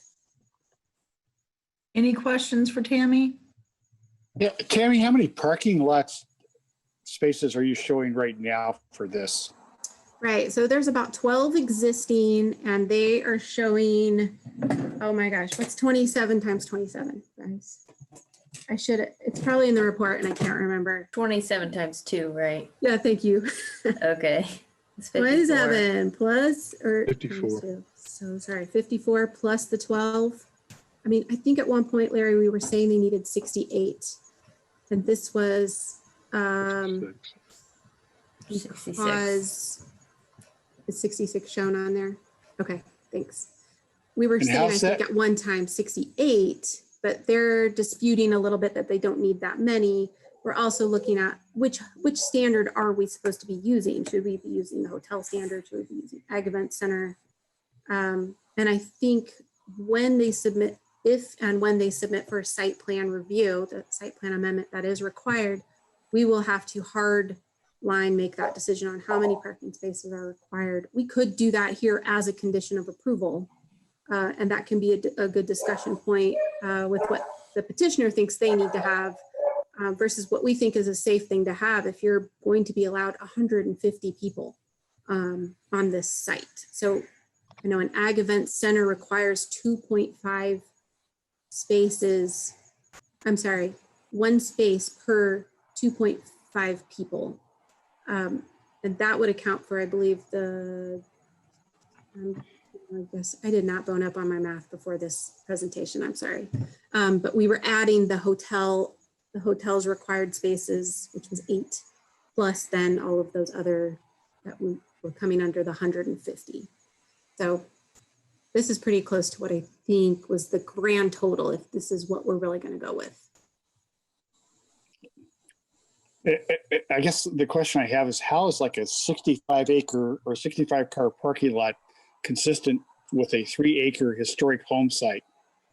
I'm just confused here. The first design that they put in here, it was all shoved over next to the home. And after going to the Historic Preservation Board, they were like, maybe break it up into smaller lots. Well, that's kind of difficult with the septic systems that are there and such. And so they did make that other drive to kind of push the bulk of the parking lot farther from the historic structure. They're going to use that decomposed granite, which is a softer brown, like rust color, more like a dirt, not that more bright white, limestone kind of coloring. And there are some trees that are existing along the street there. They would be required to do full perimeter parking landscaping and islands. So, the landscaping would soften that, and by pushing it towards the east side of the property here, it kind of pulls it away from the historic structure itself. I mean, this is for really the petitioners to perhaps explain more, and this is not a final design because the Historic Preservation Board will be overseeing this as well. Tammy, Yes. in your discussions and investigations, since this property is so surrounded by Sycamore Land Trust, have you spoken with them? We sent them the notice letter and we did not get a response. I do know that the petitioners kind of do a little bit of upkeep right along their property line with regards to the trail maintenance and such. You can probably speak to them and maybe find out if they had spoke with Sycamore, but I did not get any response from them at this time. Well, I would just like to state up front that a couple of the issues that have been raised, which is the size of the proposed event center on this small property, seems to be kind of freeloading off of another stellar community enterprise, which is the Sycamore Land Trust. And I would think that the Sycamore Land Trust, as stakeholders, should be consulted, because there seem to be competing values that they probably think are protected under the zoning. So I think that that's a vital stakeholder that needs to be included in this discussion. Yeah, they were sent the letter and they chose to not respond to it from what I gather. All right, any more questions for staff? Go ahead, Bernie. First off, on the request is only for the surface conditions of the parking. Is that correct? It is a conditional use request to allow the kind of medium-sized Ag Event Center added to the existing hotel use. And if that use is approved, then it requires more parking. And so they are then asking for the surfacing, variance. So they don't Right, have to so pave it. whether it's 66 or 69, that's, right now, they're not asking for a reduction in parking spaces, so that's not something that we're going to consider this evening. I mean, And we haven't come up with a hard number. I think Jackie and I were working on this, and I think that when the site plan really comes in, we'll get Larry to weigh in on this. He was out of the office for a few weeks there when we were trying to make some decisions. So trying to come, and like I said, we could try to come up with the appropriate number of parking spaces right now with this petition. but we're only talking the difference of 2 spaces or 3 spaces different. Well, when you use the hotel standard, there was another standard I looked at. I think it was 45 or 46 was required. It just depends on which, if this, But they're again, showing, this is a there's, unique okay, historic adaptive reuse. they're showing 66 now, correct? That is what, yes, that sounds And about then, right. and then the math we came up with earlier was possibly, so they're already saying they're putting 66 in. All I'm trying to get at is I don't think this is where we need to worry about parking spaces and the number count because they've not asked for that variance. And that's going to be something they're going to have to work through with site plan approval would be my assumption. Yes, I think so. Okay, that's what I wanted to clarify. Any And further then questions? And then I just want to add that, the historic nature that some of these properties is, I've just got to imagine it's very expensive and very complicated for an upkeep. And I think that, an enterprise such as this is important to sustain the level of maintenance and care, and that may require them to be put in this classification, and it's got to generate money to support it. I think we went through this same discussion with the property over on Church Lane and different, may not have been that one. We've had this discussion before where these enterprises are important as a support system for the salvation, the sustainability of the property. So that's just my take on the petition overall. So that's all I've got. Any further questions for staff? I have a question.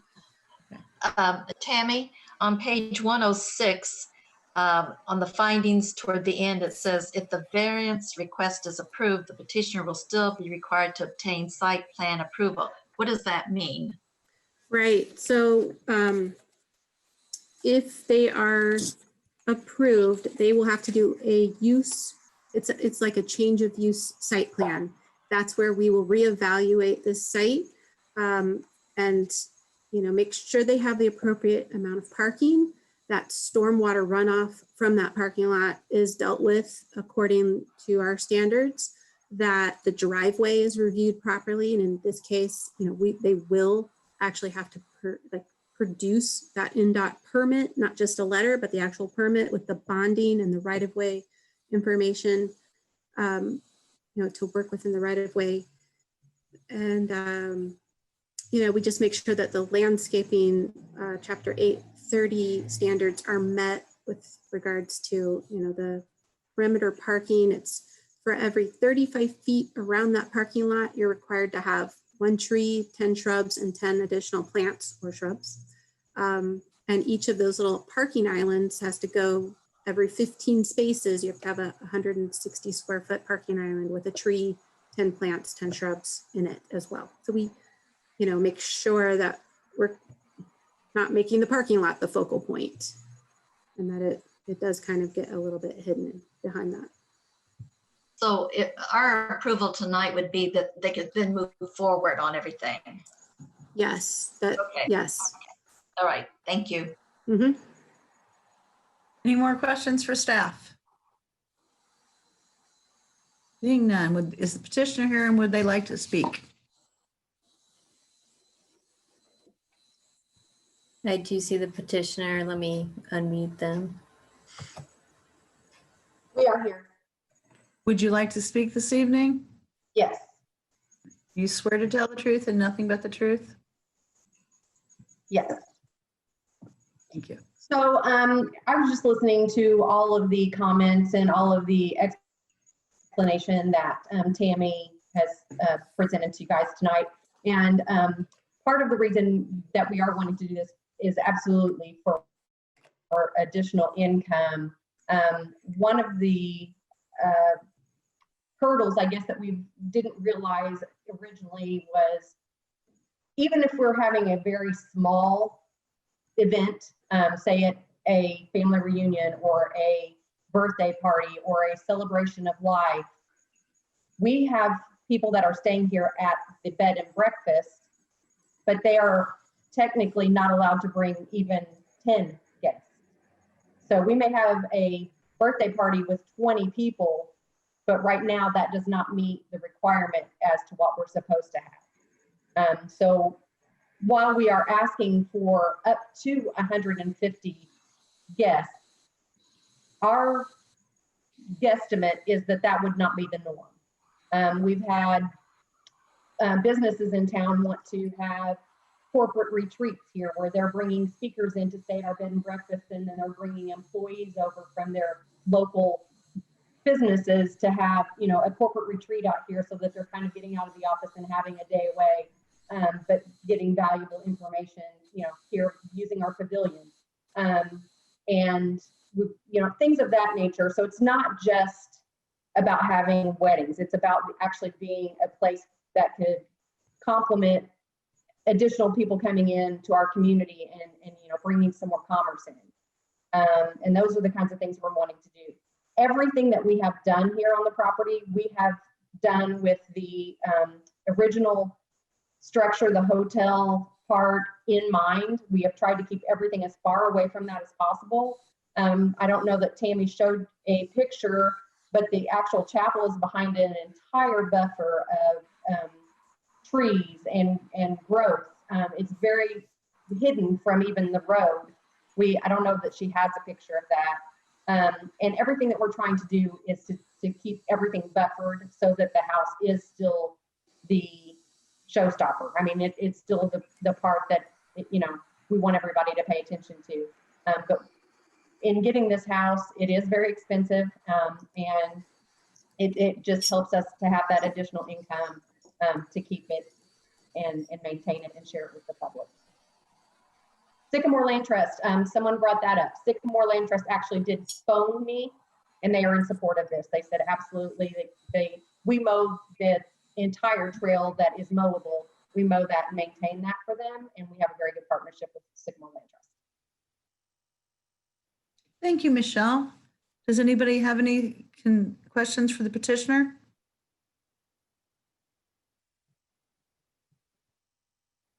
No questions for the petitioner? Okay, thank you. Thank you very much. Does anybody else here wish to speak on behalf of this petition?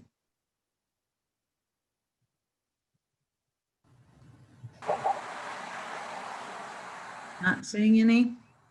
Would anybody like to speak against this petition?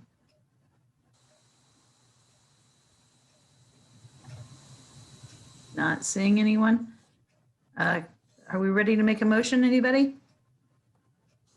I would just like to make a statement that, you know, first of all, I think that the description of what the property owners are trying to accomplish is really unique, and the manner in which they're doing it is beautiful, and it's an asset to our community, and that they've talked to Sycamore Land Trust, which is a stakeholder, is important to me. So I'm impressed with my reservations have been allayed, and I just wanted to share that.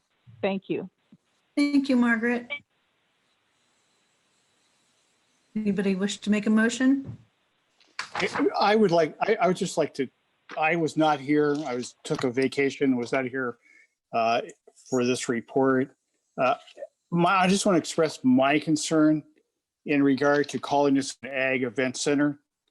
We spend a lot of time drafting the ordinance for ag event centers. We put in development standards that were very important by ordinance. And it was in response to a lot of problems we had with event centers that were on small pieces of property that maybe did not have good entries in and out or an unsafe location. I don't have any problem with what they described of like adding to their original conditional use of a hotel to allow, additional events to occur.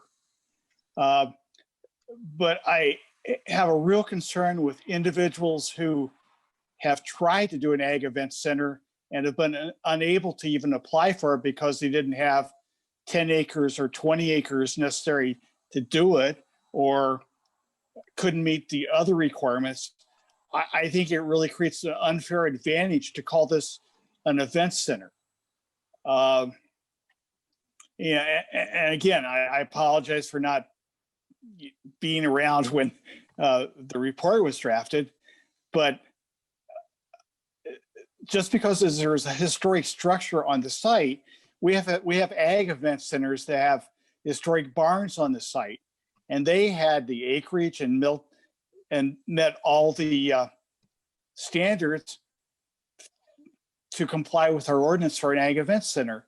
And again, this is a highly competitive enterprise, and I just feel it's very unfair to allow a 3-acre site to come in and not meet the development standards that were set forth in the ordinance for an ag event center merely because it has an historic structure on the site.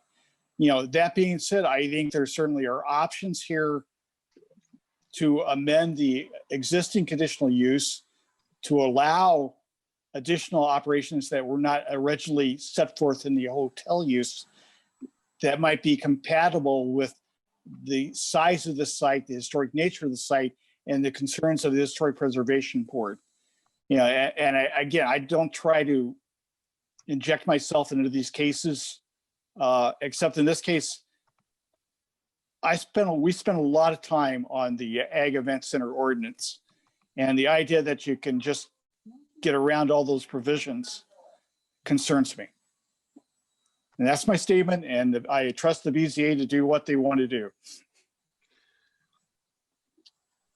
Well, I can make a motion, and I can make a motion. I would just maybe counter on maybe some of your points, Larry. And I've been around through the discussions on the event centers that you're referring to, and I think that there are a lot of attributes with this property, not just the size, but the location on the state road. They've got the permitting from NDOT. Mary's Children is close by. There's not a high density of residential, and the fact that the owners of the adjacent properties have been notified and they've been given an opportunity. And we've seen with the event centers that we haven't had any lack of interest from people who don't like them. And I think that the staff report is in front of us, and I think it's done a good job. And actually, Tammy did a nice job explaining some of the ups and downs that she went through in determining her recommendations for approval. So I'm going to go ahead and make a motion on this based on the staff report we have in front of us. Case number 2008-CDU-003, that's 03, and 2008-2008-VAR-49. This is a conditional use request, Chapter 813, Historic Adaptive Reuse, Paving Requirements, Design Standards, variance to Chapter 806 at 9030 West State Road 48. I move approval for the petition based on the finding of both requests based on the staff report, recommendations, and the findings found in the report as we've been provided. I'll second the motion. Larry, you want to call roll, please? Sure will. I'm going to do these in 2 separate votes, since one's a conditional use and one's a variance, and they're really separate animals. Again, the motion is to approve the conditional use 2008-CDU-03 based upon the findings with the development standards, conditions in the staff report, A vote in favor is a vote to approve the conditional use. Vicky Sorensen, Yes. Margaret Clemens, Actually, I know it's a little fickle, but in the interest of fairness and in the interest of all the other people who have applied for and been denied the request to pursue facilities like this because they did not meet all of the conditions of the agricultural event center criteria, I'm going to vote no on this.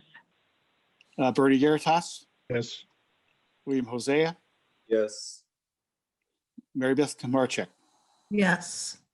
Okay, the conditional use is approved 4-1. I now take a roll on the variance from development standards in regard to paving. Be variance number 2008-VR-49. A vote in favor is a vote to, a yes vote will be a vote to approve based upon the findings and with conditions in the staff report. Margaret Clemens. Yes. Okay, Bernie Garitas, Yes. William Hosea, Yes. Mary Beth Kasmarchek, Yes. Vicky Sorensen. Yes. Okay, the variance from the development standards is approved 5-0. Thank you, Thank Ms. you, everyone. Well, you have a good evening.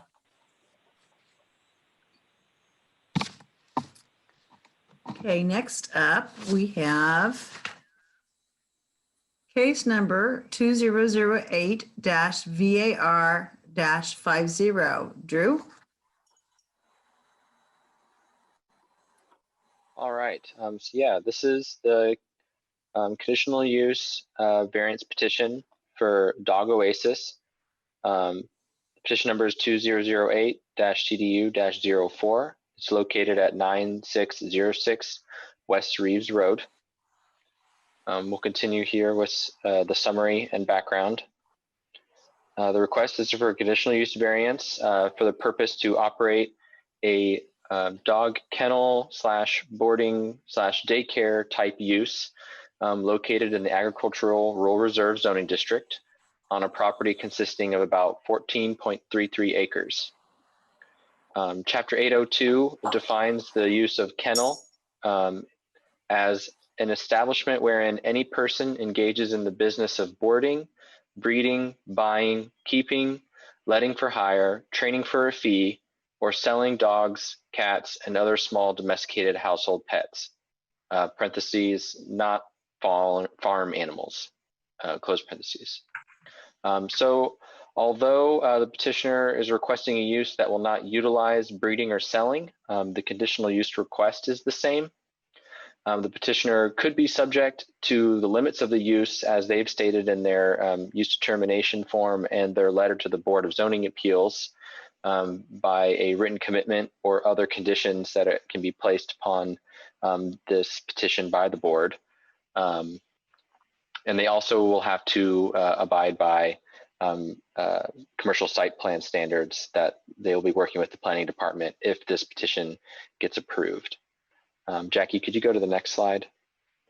Oh, go back one. Okay, yeah, just making sure I cover all of this. So currently the petitioner has an offer accepted to purchase this property at 9606 West Reeves Road from the current owner with the contingency that this variance be approved. The petition site currently contains a 1,224 square foot single family residence with 2 detached garages, 2 pole barns, and an existing chicken coop. The petitioner is proposing to conduct the kennel / boarding / daycare service for dogs on this property that has about 14.33 acres, as I stated before, with about 12 acres of pasturage type land.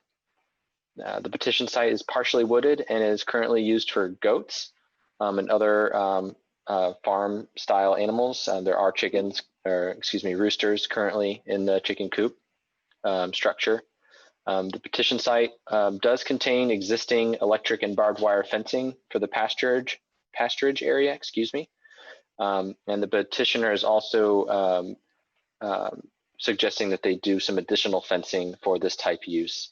And that kind of stuff would be discussed with the commercial site plan process. Day-to-day operations, according to the petitioner, and this is all included in their letter to the Board of Zoning Appeals that's in the packet, involves hosting of 5 to 10 dogs with a maximum of 15 or a maximum of 20 on holiday weekends or times. In the pasturage area, the backyard of the single-family residence, as well as the walkout basement of the single-family residence. At night, the petitioner states that the dogs will be hosted in the ground level living room of approximately 312 square feet and will be supervised from the loft above. Clients for this petitioned use would be scheduled to arrive between 7 a.m. and 12 p.m. For drop-offs and pickups. So as I stated before, the petitioner has submitted a letter that has a lot of this kind of detail, more specifically regarded in the packet. You can see that if you want to get more into the weeds of that. So moving on, the location is 9606 West Reeves Road. It's in Richland Township, Section 6. The current zoning is agricultural rural reserve. And in this zoning district, this type of use is permitted, but it's the conditional use. So that's why we're here doing this variance petition. The surrounding properties are also zoned Ag-RR, and much of the area is a mix of residential and agricultural type use. The comprehensive plan has it designated as farm and forest. Site conditions and slope map here. As I stated before, it's about 14.33 acres. It receives access off of West Reeves Road, which is classified as a minor collector. We'll get into more detail about the Highway Department's recommendation regarding this access point and later in the packet in this presentation. There are no known karst features or floodplain on the site. In that slope map that we had there a second ago, there is a considerable amount of slope that's greater than 15%. So any new construction would likely have to get a variance, buildable area variance, unless it was located in buildable area, which would be less than 15%. And it would also have to be included in the site plan that is required for this commercial type use. Okay, so here we have some site photographs. Top left here is this the long access road that's gravel that comes back from West Reeves Road. Currently looking at this picture, you're looking towards West Reeves Road. So the petition site is behind me here when I took this photograph. The Highway Department's comments on this, they recommended denial of the use because of this access point. Ben Ayers of the Highway Department stated that it's an issue of site distance, as well as there's been multiple crashes reported in the last 4 years in this area, given West Reeves Road and just the speed limit out there and the width as well. The site distance he stated here to the north is 227 feet, and the site distance to the south is 389 feet. Site distance requirements, he stated, are supposed to be 390 both directions. So measurements include clearing brush to the north and south for site distance requirements, but overall, he recommended denial based on this access point. We'll go through more more photographs here of the petition site. This is the existing single-family residence with the walkout basement. More photographs here. You can see the chicken coop in the background of the top left photograph, and you can start to see some of the fencing of the pasturage area that's present on the property. The petitioner did state that she would be amenable to or would prefer to build additional fencing for this walkout basement type area as well as some other locations. More photographs of this kind of backyard area before we get into the pasturage. You can still see the single family residence there and the chicken coop again in the bottom right photograph. So photographs here of that fenced in pasturage area that kind of goes along to the north and east of the property. That roadway extends back to a couple pole barns. I did not go back to that area as it was all fenced off. So I don't have any photographs of what that area looks like, but in the petitioner's letter, it stated that it's mostly pasturage area. I couldn't see any goats that are currently there, but I could hear them from the single family residence and when I was taking these photographs. Here we have one of the detached garages that's present on the property. And another photograph of the other detached garage, which is just immediately adjacent to the other and the single family residence there too. So here we have the petitioner's letter to the Board of Zoning Appeals. It goes into detail about the specifics for the type of use and the type of business that they're wanting to conduct on the property. A little bit of background information on them as well. I will state that we did receive some remonstrance from neighbors and concerned members of the public for this petition. None of those letters are included here or in the packet, as we got those late last week. At least I got calls about a remonstrance, and I received letters this afternoon. So overall, we have a total of 1, 2, 3, 5 individuals that are voicing concerns based on this petition. I believe some of them are on the call tonight, so we will likely hear from them. Overall, a lot of the discussion in the remonstrance was concerns about the access point, as well as the noise or nuisance having dogs on this property would be. They're concerned about noise from barking, as well as dogs getting loose. I understand that there is some issue with the current owner or current neighbors. I'm not sure who. Someone's in the area, someone's dog keeps getting out, and the neighbors are frustrated with that. So, of course, understanding that a kennel type of use is going or is being petitioned for this property, they have concerns about more dogs getting loose, that kind of thing.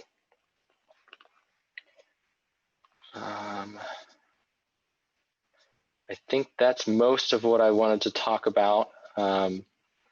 I can forward anyone letters if they would like to see them, or I could share my screen if that would be something that we would want to do. But overall, I'm sure we'll hear from some of the concerned neighbors after the round of questioning. But overall, staff recommends approval of the conditional use for the kennel services for Chapter 813 based on the findings of fact and subject to the following condition. That the petitioner submit a site plan that complies with the requirements of Chapter 815 and all other applicable regulations contained in the Monroe County zoning ordinance. I will state as well that the board does have the ability to add on that additional condition of requiring a written commitment if they felt that that would be necessary to limit this approval to the type of use that is described in the letter and not the full scale kennel type use as defined in Chapter 802. I will now take any questions. Thank you, Drew. And first off, I'd like to apologize. I got my papers shuffled. This is case number 2008-CDU-04. My apologies, I had my papers shuffled. Any questions for Drew?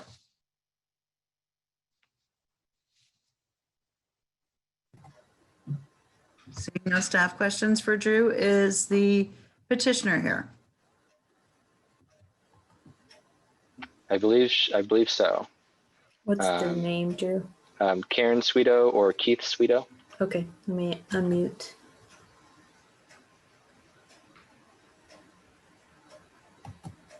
Sorry. Okay. Karen, you're unmuted. Can you hear us? Hi, Karen Sweeto's here. Okay, we can hear you. You swear to tell the truth and nothing but the truth? Yes. Okay, thank you. You may continue. Oh, is it my turn to speak? Yes, yes. Okay. If you would like to speak, yes. Okay, apologies. Well, thank you everybody for being a part of this. I would just like to say that this has been a dream in the making since I was a child, and I've really already proved myself in this community that I'm able to handle these dogs in a very respectable, responsible manner. I have over 100 reviews written from people over the last 2 years that boast greatly of my competence, my care for the dogs, the joy that all the animals have when we do what we do with them. I'm happy to address any concerns that anybody may have. Yes, thank you very much. Okay, anybody have any questions for the petitioner? No questions for the petitioner. Is there anyone else here that wishes to speak on behalf of this petition? Yes, this is Keith Sweeto. I'm buying the property with Karen. I'm her dad. Okay, Kate, you swear to And tell the truth and nothing but the truth? I do. Thank you. And I just wanted to address the noise concerns. Usually dogs bark when they're bored or they're unhappy. And Karen's brought about a dozen dogs to my house more than once, and they've never created a noise problem. They don't bark because they keep each other entertained, and they're never bored or wanting to get out or unhappy or needing anything. So she's really amazing the way she can handle a group of dogs. I've never seen anybody do that before, but I just wanted to say I've never had any problems with noise with her dogs when she brings them over. Any questions for Mr. Sweeto? Thank you, sir. Would anybody else like to speak on behalf of this petition? See anything, Jackie? I see Mr. Bob Hopkins, and I will note this is still in support of the petition. Okay. Mr. Hopkins, do you wish to speak in support? Sorry, I didn't mean to come in yet. Oh, okay. All right. Anybody else here would like to speak on behalf of this petition in support of it? I'm not seeing any.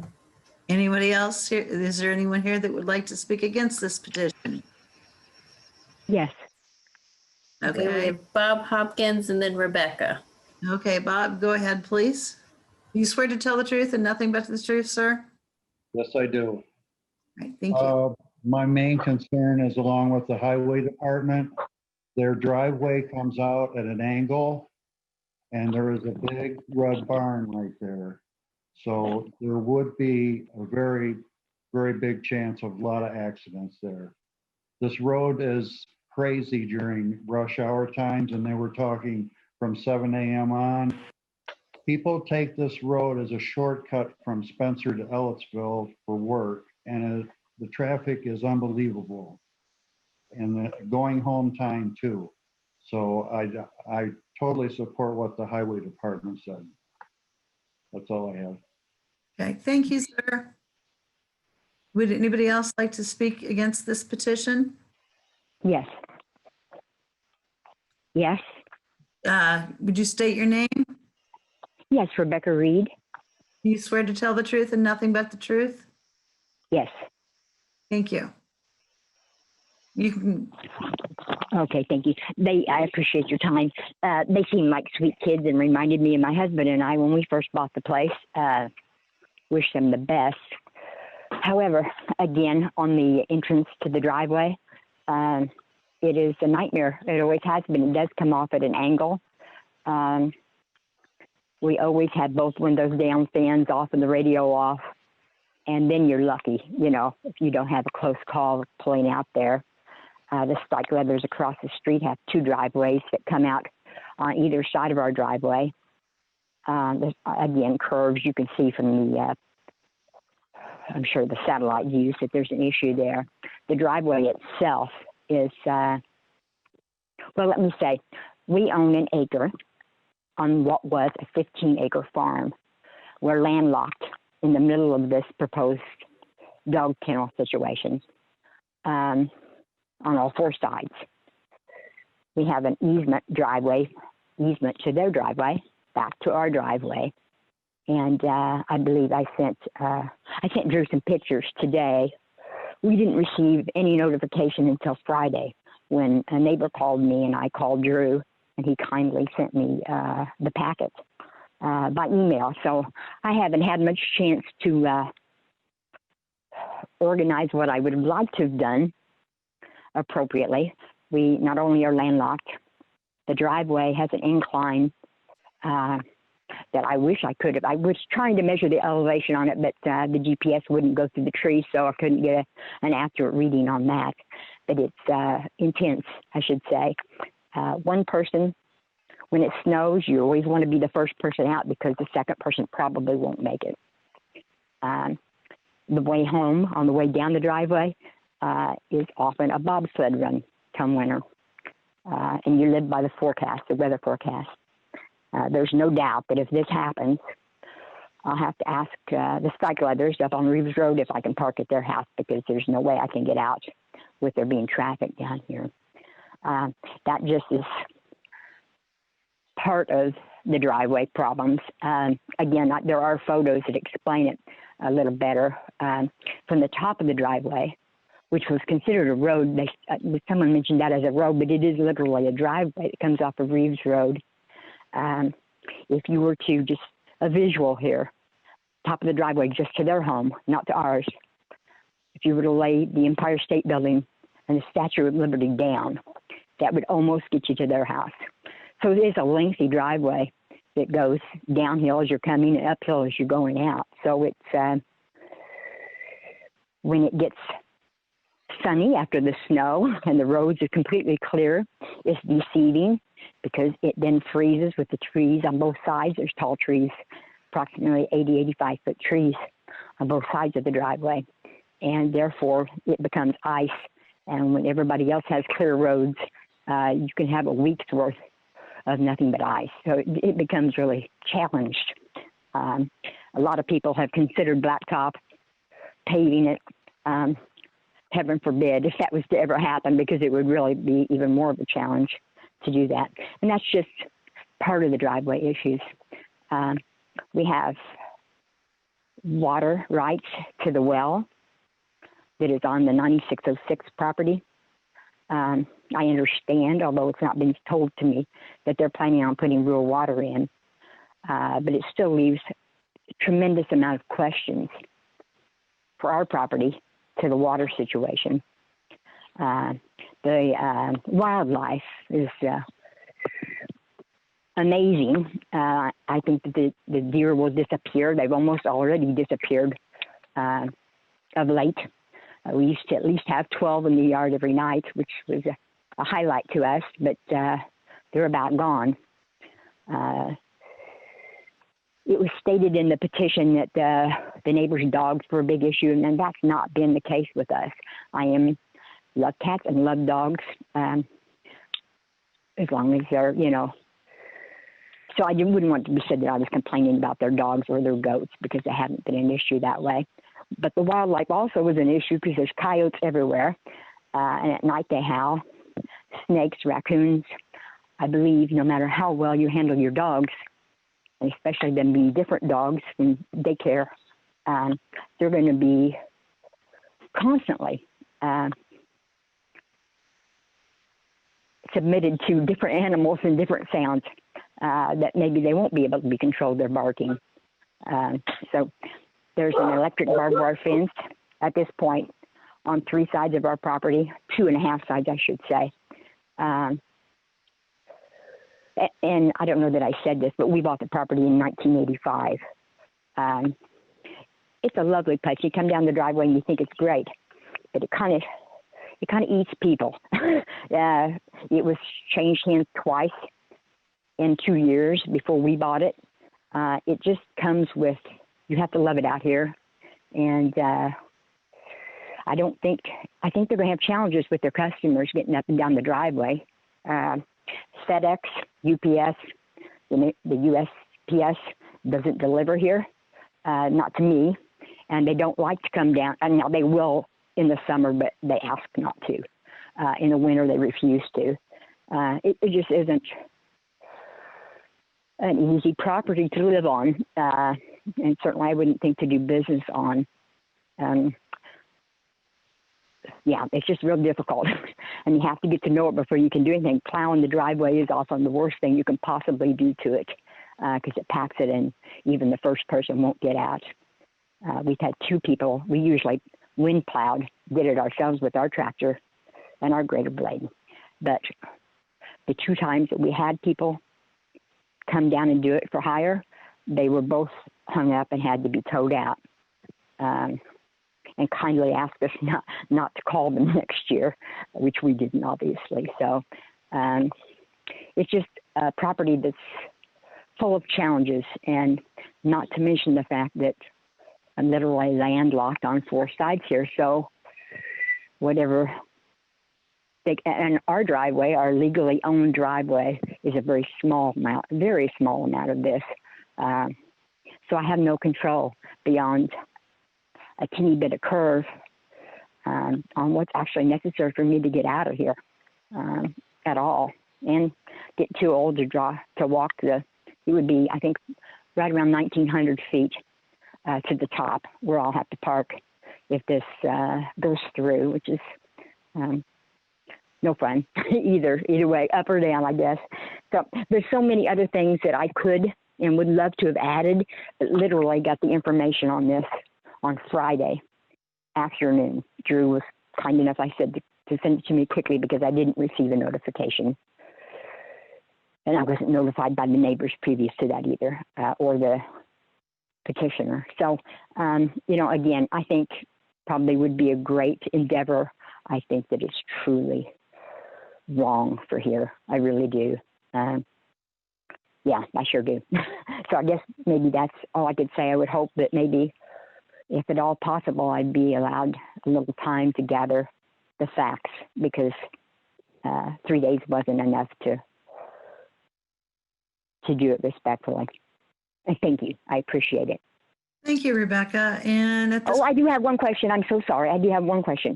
It said 7 to 12 as far as drop-offs for the animals, but I didn't see anything. If it's a daycare, are they going to be coming of an evening? I would assume to pick them up, some of them, at least a percentage of them, and I wondered what they might think that time frame might be. That's actually a good question, Rebecca.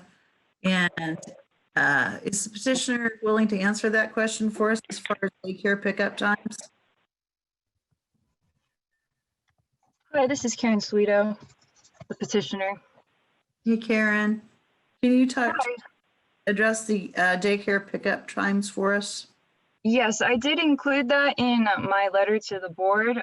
Pickup and drop off would be between the hours of approximately 7 a.m. until 12 p.m. and then again between 4 p.m. and 8 p.m. While I included it in my letter, it was not included in the meeting packet, but the information was available.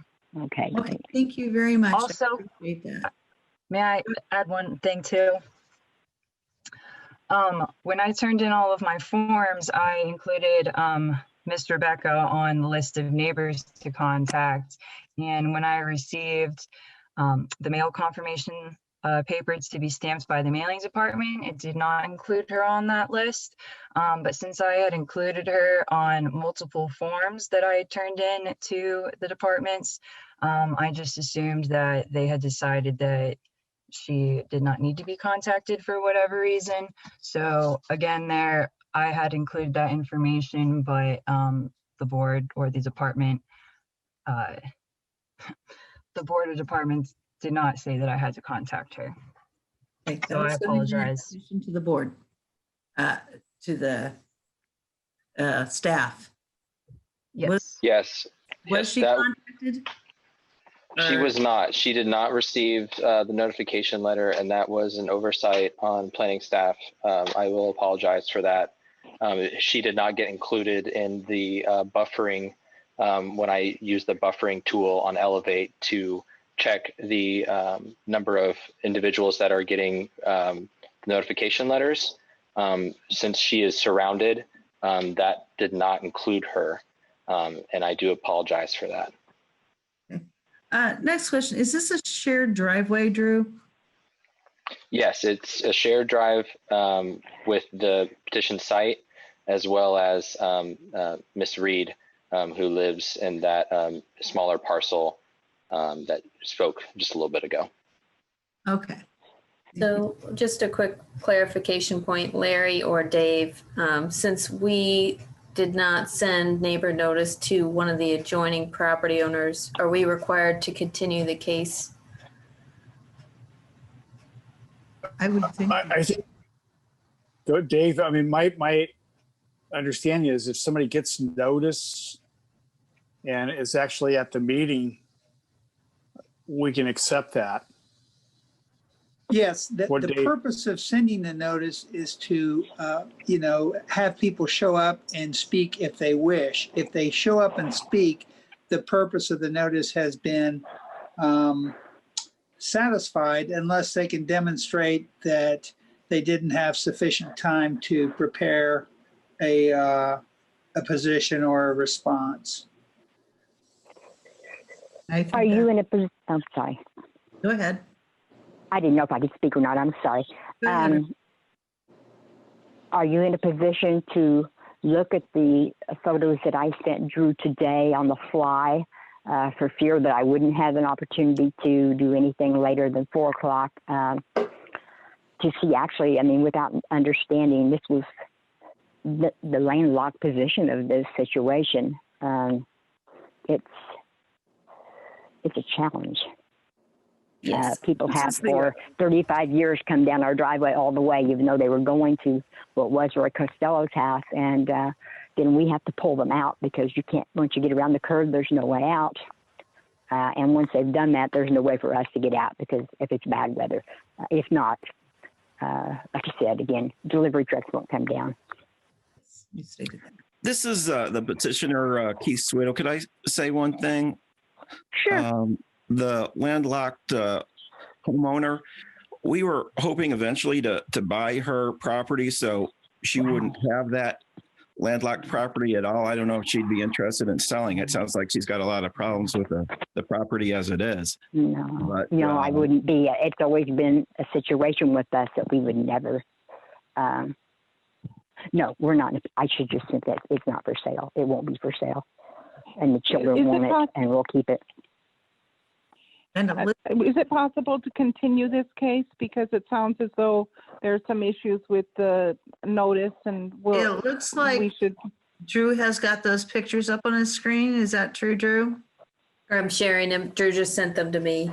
Okay. Yes, there's some We have the remonstrance photos. Provided. And again, I apologize because I did those on the fly. I would have preferred to have done it with detail and explanation a little more clear. And again, Karen and Keith, seem like dolls, and I'm sure that it would just work out wonderful. I just truly don't like being the fly in the ointment for them or for Mary, the homeowner right now. I really don't, but it just isn't feasible.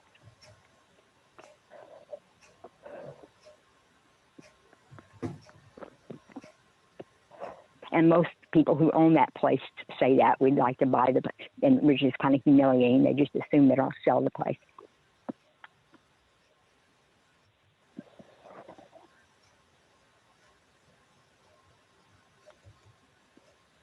Okay. Now the photos.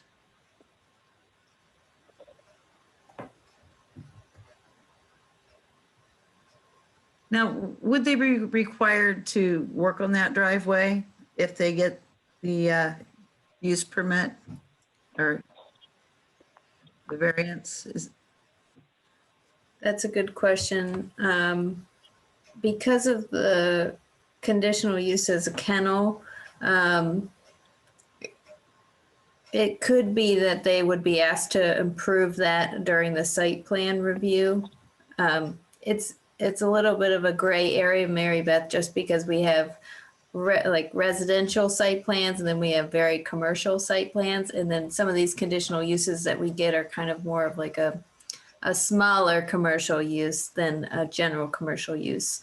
So the standards for Chapter 815 do require paving and landscaping and things like that.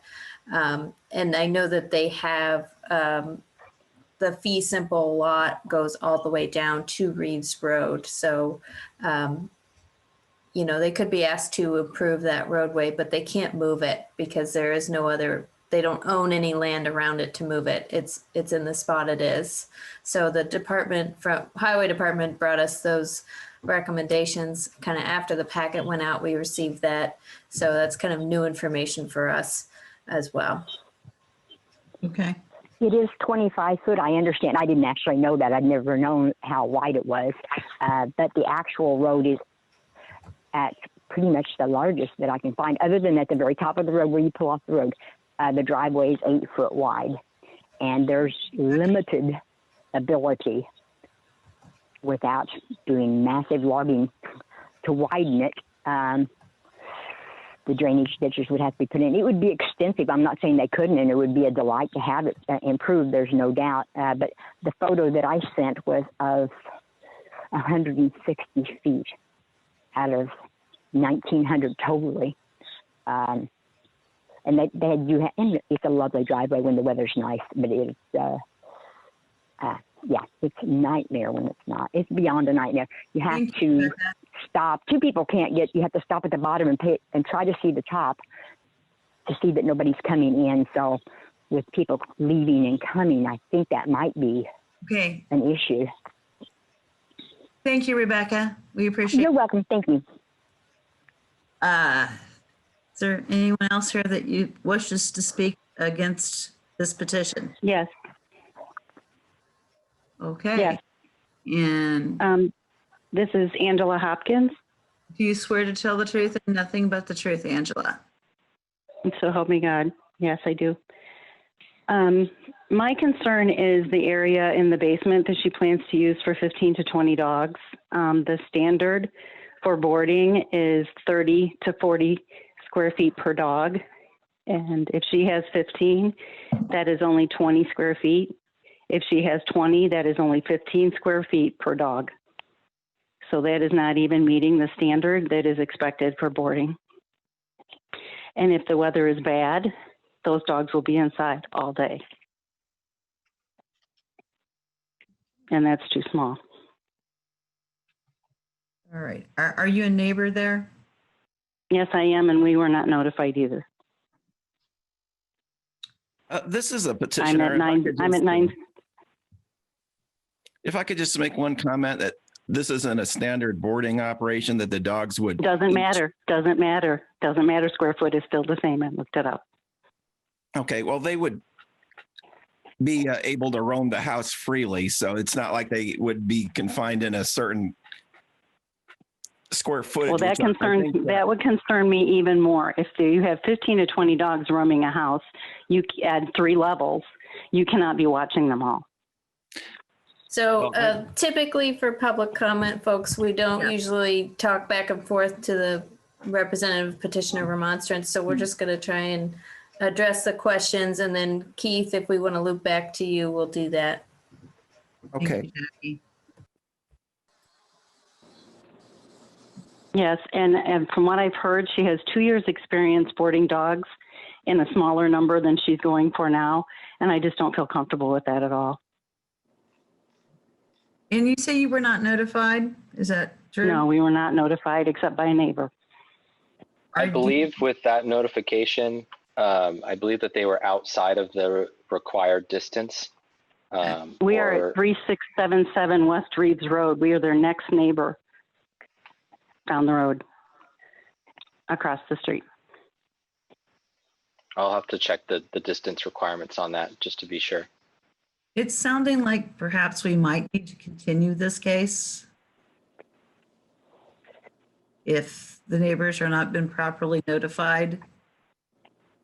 And all we need is a motion. I'd like to Oh, I go want to ahead. make two, hang on just a second. Do we want to go through and do the people, finish out people who are speaking against the petition first? And then Okay, well, we can do that if you'd I'm like. just asking to follow, just to finish it out.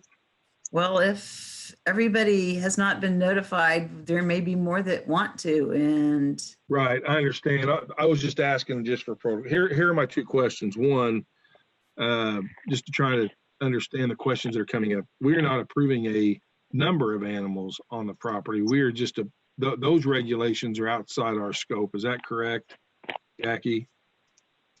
You would be for a kennel use, so the standards for the kennel use don't necessarily, let me pull it up one again.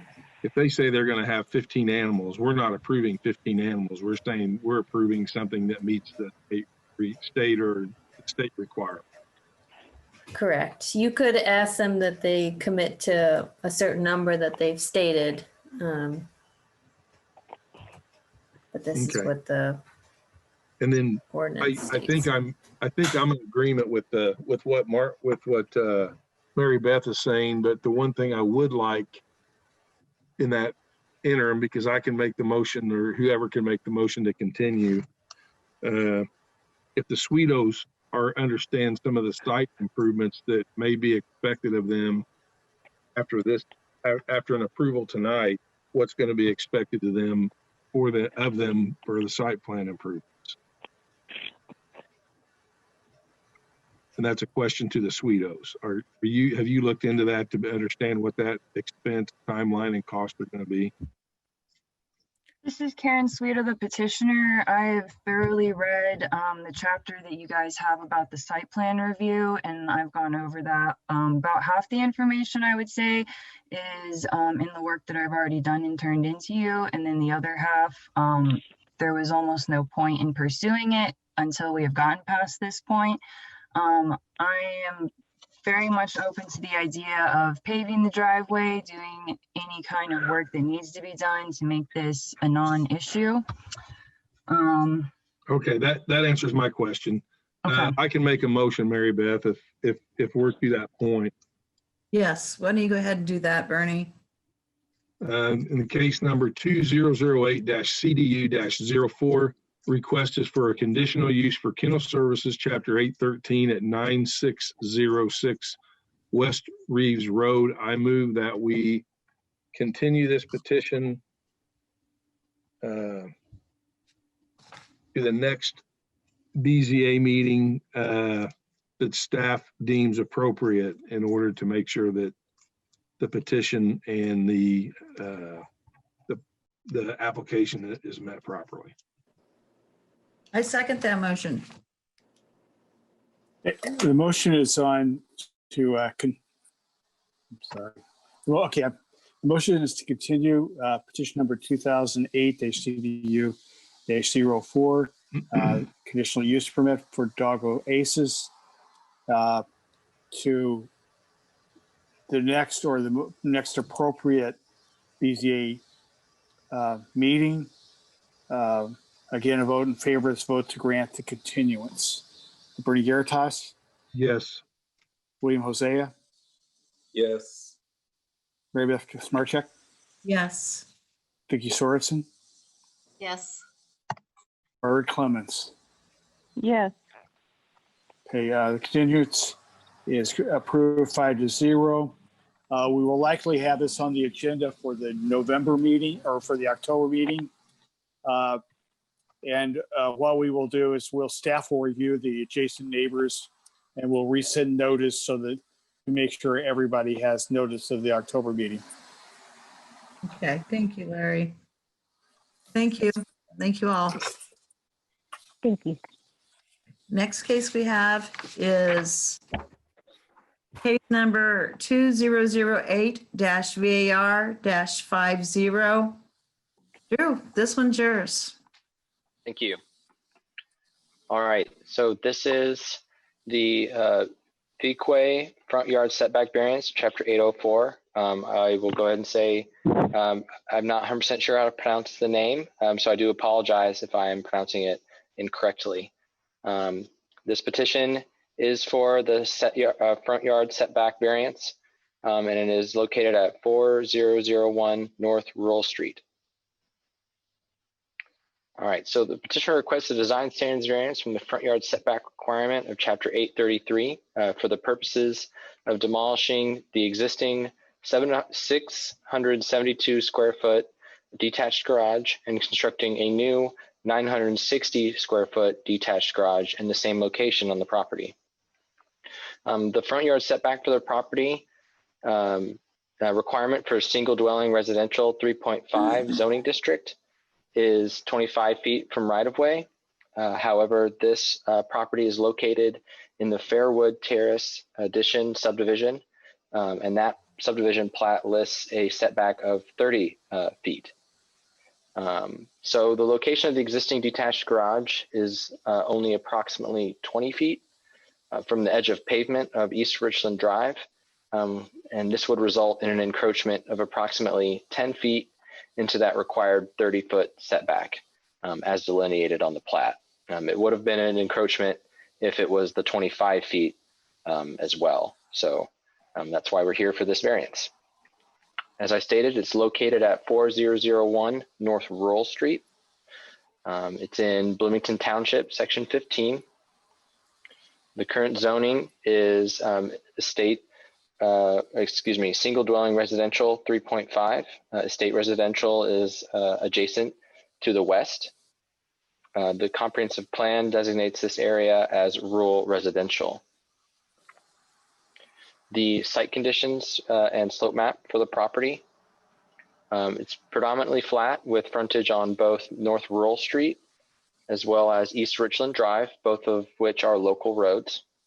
There is no FEMA floodplain, karst, or any other unique conditions present on the petition site. And the site drains mostly to the northwest. So here we have some photos of the petition site. The top left photograph is standing at the corner. That's East Richland Drive that you see to the right in that photograph. And behind me in this photo is North Rural Street. The bottom right photograph is the single family residence that exists on the property. So now this is turning left from those previous two photos. You see North Rural Street in the left of the top left photograph. And you can see the existing two-car garage there in the background, and then a closer up picture of that two-car garage in the bottom right photograph. Some more photos of this area in general, where they will be demolishing the existing detached garage and propose to build a new one. All right, so here is the petitioner's letter to the Board of Zoning Appeals that states their intent to tear down the existing detached garage and build a new one with more space for storage. And they will also be using a part of the concrete pad that is also located near the detached garage, existing detached garage, excuse me. Here is a submitted site plan by the petitioner that shows where their septic fields are in the existing home, as well as the current and proposed expansion of the detached garage. Here I've included the subdivision plat for the Fairwood Terrace addition. The next page has a zoomed in image of it as well.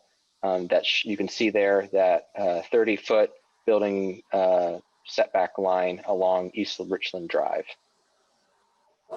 And that's the setback we go with when we do variances. If they're in a platted subdivision, we go with whatever the subdivision plat states for the property.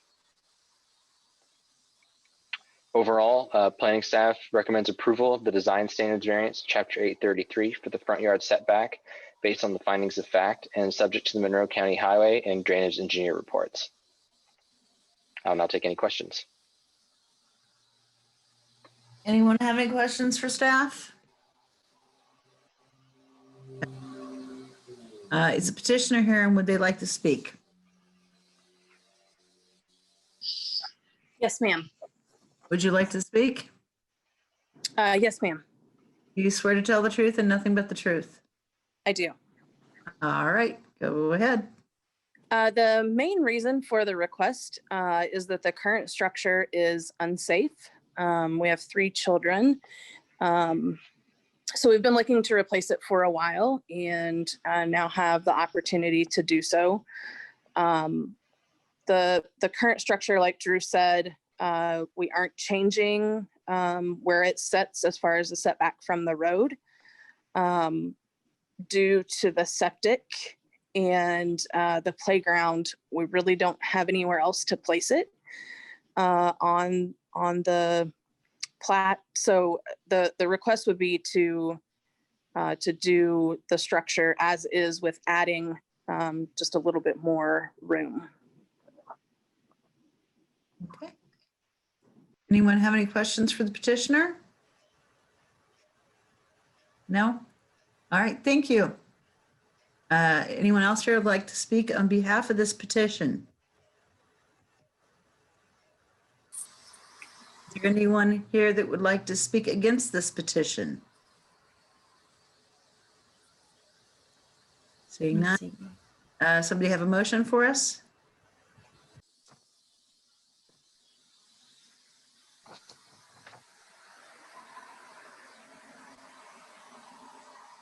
I can do it if I can find it. Okay. Sorry. Okay, in a matter of case number 2008-VAR-50, design standards variance to chapter 804 front yard setback at 4001 North Rural Street. I move approval of the variance based on the staff report findings of fact and subject to the requirements of the Monroe County Highway Department, MS4 operator, drainage engineer, and the planning staff. I'll second that. Okay, the motion is on petition number 2008-VAR-50, the Quay front yard variance. A yes vote is a vote to approve the variance based on the findings with the conditions set forth in the staff report. William Hosea, Vote yes. Mary Beth Smarchek, Yes. Vicki Sorensen, Yes. Margaret Clemens, Yes. Bernie Geritas. Yes. Variance is approved by a 5-0 vote. Thank you very much. Enjoy your Thank you all. Have a good evening. You as well. Okay, the next case is case number 2008-VAR-51 and 2008-VAR-52. Ann? Thank you. We're going late tonight. Yes, we are. Okay, so right off the bat, I want to say I made an error in my staff report. Mainly, I did not. So I combined my recommendation, but I didn't delete the last. So the second approval sentence can basically just be ignored. It is 2 variances, but I did combine them in the end. So I'm sorry for that. Okay. Just not to confuse anybody in a little bit. Okay, so this is 2 design standard variances. Again, like my previous one, from chapter 804 buildable area, the 15% slope, and from chapter 825 eco area 1, 12% slope disturbance or land disturbance. So the petition site is located in Clear Creek Township, section 14. It's located at 8482 South Fairfax Road. Oh yeah, I kind of went, sorry, Jackie, I went a little out of order for this one. Thank you. So it's 16.63 acres and it's currently zoned agricultural rural reserve, AgriR, and also ECA area 1. The comprehensive plan designates it as rural residential. And Jackie, if you can go back to the summary slides, that'd be good. Thank you.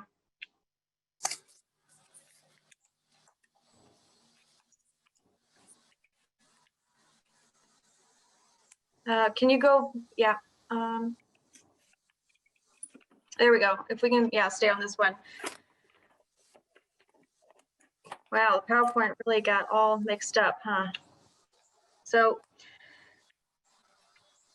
the petitioner is requesting 2 design standard variances in order to become compliant with the zoning ordinance for after the fact grading activities, and also to permit the addition of 2 decks in a balcony to the existing structure. So using this diagram,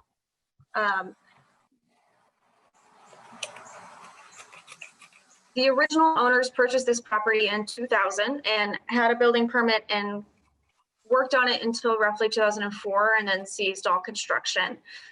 The home is currently not, it is not finished, it's not livable. And the petitioners just bought this property this year. This year? Last year. So not really realizing the status of permits. There was grading done that changed the driveway, which is kind of this purple highlight area. The area circled right now, that's the existing driveway. I just got a little crazy with my highlighter, so ignore the circle. That's the existing driveway. The blue, pink, purple area, that's the new driveway that was installed without a grading permit. In the pink color is areas that where there was an elevation change from grading. The green is where they graded out for the installation of a septic system, which, you know, would be required for a single family home and was never done with the original construction. The blue area on the back of the house attached are the areas that are the proposed decks and balcony.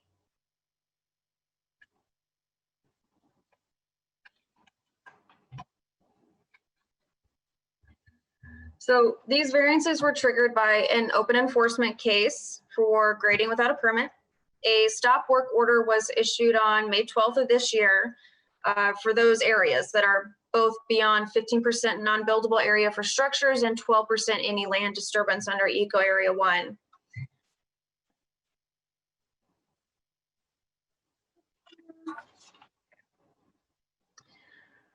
So this one has a little bit of history, so I'm going to make sure I'm following along with my notes. So the property was vacant. Petitioners purchased in 2019. The septic system that they installed, they did get the permit through Monroe County Health Department. And it was completed in December 2019. So the area in the back where Jackie's highlighting with the mouse, that was approved by the health inspector, Mr. Randy Raines. Unfortunately, it was not covered under a building permit or a grading permit. It would have been beyond the 12% slope. So requesting approval of the two first, so that the proposed construction that's under this grading permit for the grading work that's already been done is for the construction of 2 first floor decks and 1 balcony on the west or the rear side of the home.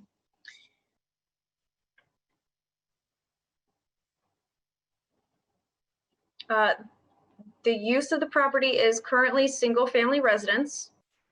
It is noted that if the petitioners ever pursue a different use, we do have some documentation that says the petitioners are interested in doing a bed and breakfast. We just want to note that if that use is ever proposed, it will have to be reviewed and approved by the planning department through a commercial site plan and other requirements. So original construction of the structure in 2000, we have documentation that it did receive an approved building permit. We don't have any documentation as to where the location was. So we don't know whether planning approved the footprint of this house in areas that are beyond 15 and 12% slope, or if it was moved after approval.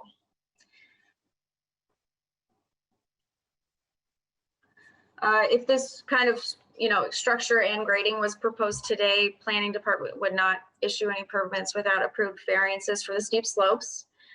But because we don't have any documentation from that structure in 2000, we can't really make any determination on that. So the owner is trying to, they're trying to currently finish the interior and the decks and balcony to try to receive that certificate of occupancy. So approval of this variance would allow the petitioner to maintain the septic system as is, maintain the excavation that has been conducted to date, and would also approve an ILP for the construction of the proposed decks and balcony. Okay. Jackie, can we go back to the 3 aerial views?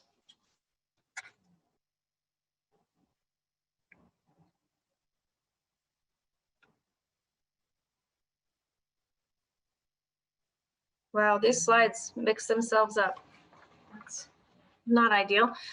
So some of the original documentation from the staff work order, which is exhibit, I believe, 3. Yes, exhibit 3 in the report. So as you can see, in 2006, we had construction work, which probably it would have been without a building permit at that point. In 2011, we can see still there's construction going on. And by 2020, this year, we have a new circle drive and excavation behind on the rear side of the house. So next slide, please. That's out of order. So those photos before that, they were those were 2 examples from the stop work order. So these are site photos that I took on at my site visit just a few weeks ago. This is how the house is standing currently. It's vacant and unfinished inside. The planning car is parked on that newly installed, well, not so new that there's not grass, but fairly recently, a new circle drive. Next photo, or next slide, thank you. So from the top left to the bottom, that is some grading work that was done. There's quite a bit of large rock and sediment piled up along this like erosion control barrier here on the left. And then the bottom left photo is just a slightly closer view to see some of that recent soil work. The top right and bottom right are on the rear side of the house. So you can see that's some of the new work that's been done.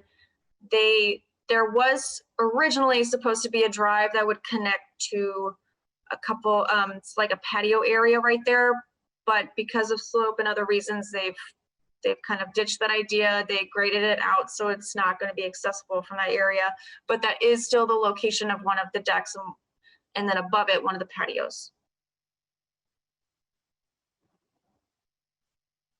Okay, so on the left photo, you can see this grassy area with the gravel leading down to the right. That's the area that would have been a drive that they've now stopped that idea of using. So there was some grading work there.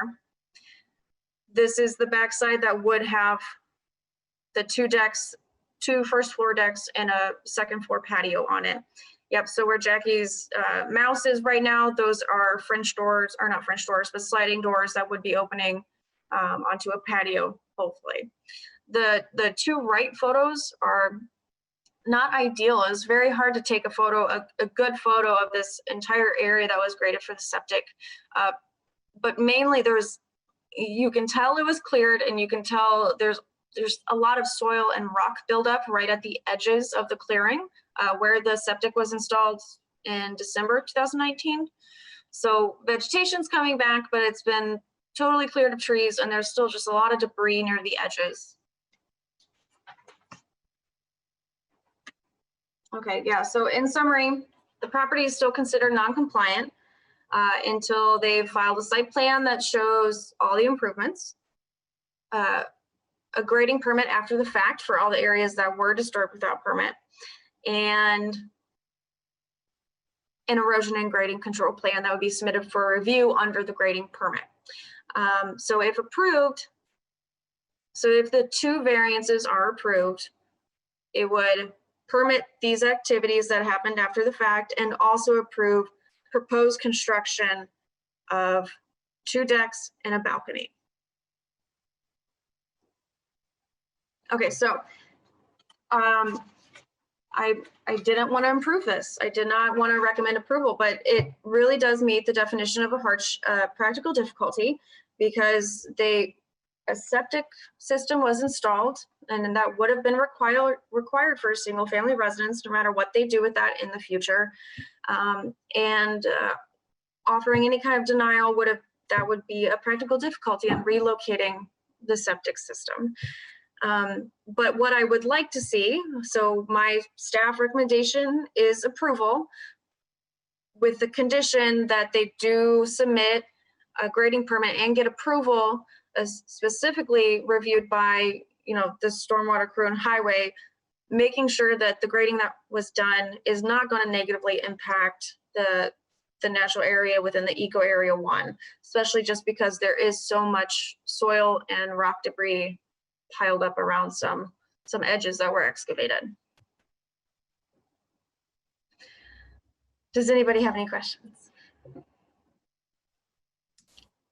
No questions for staff? Is the petitioner here? Would they like to speak?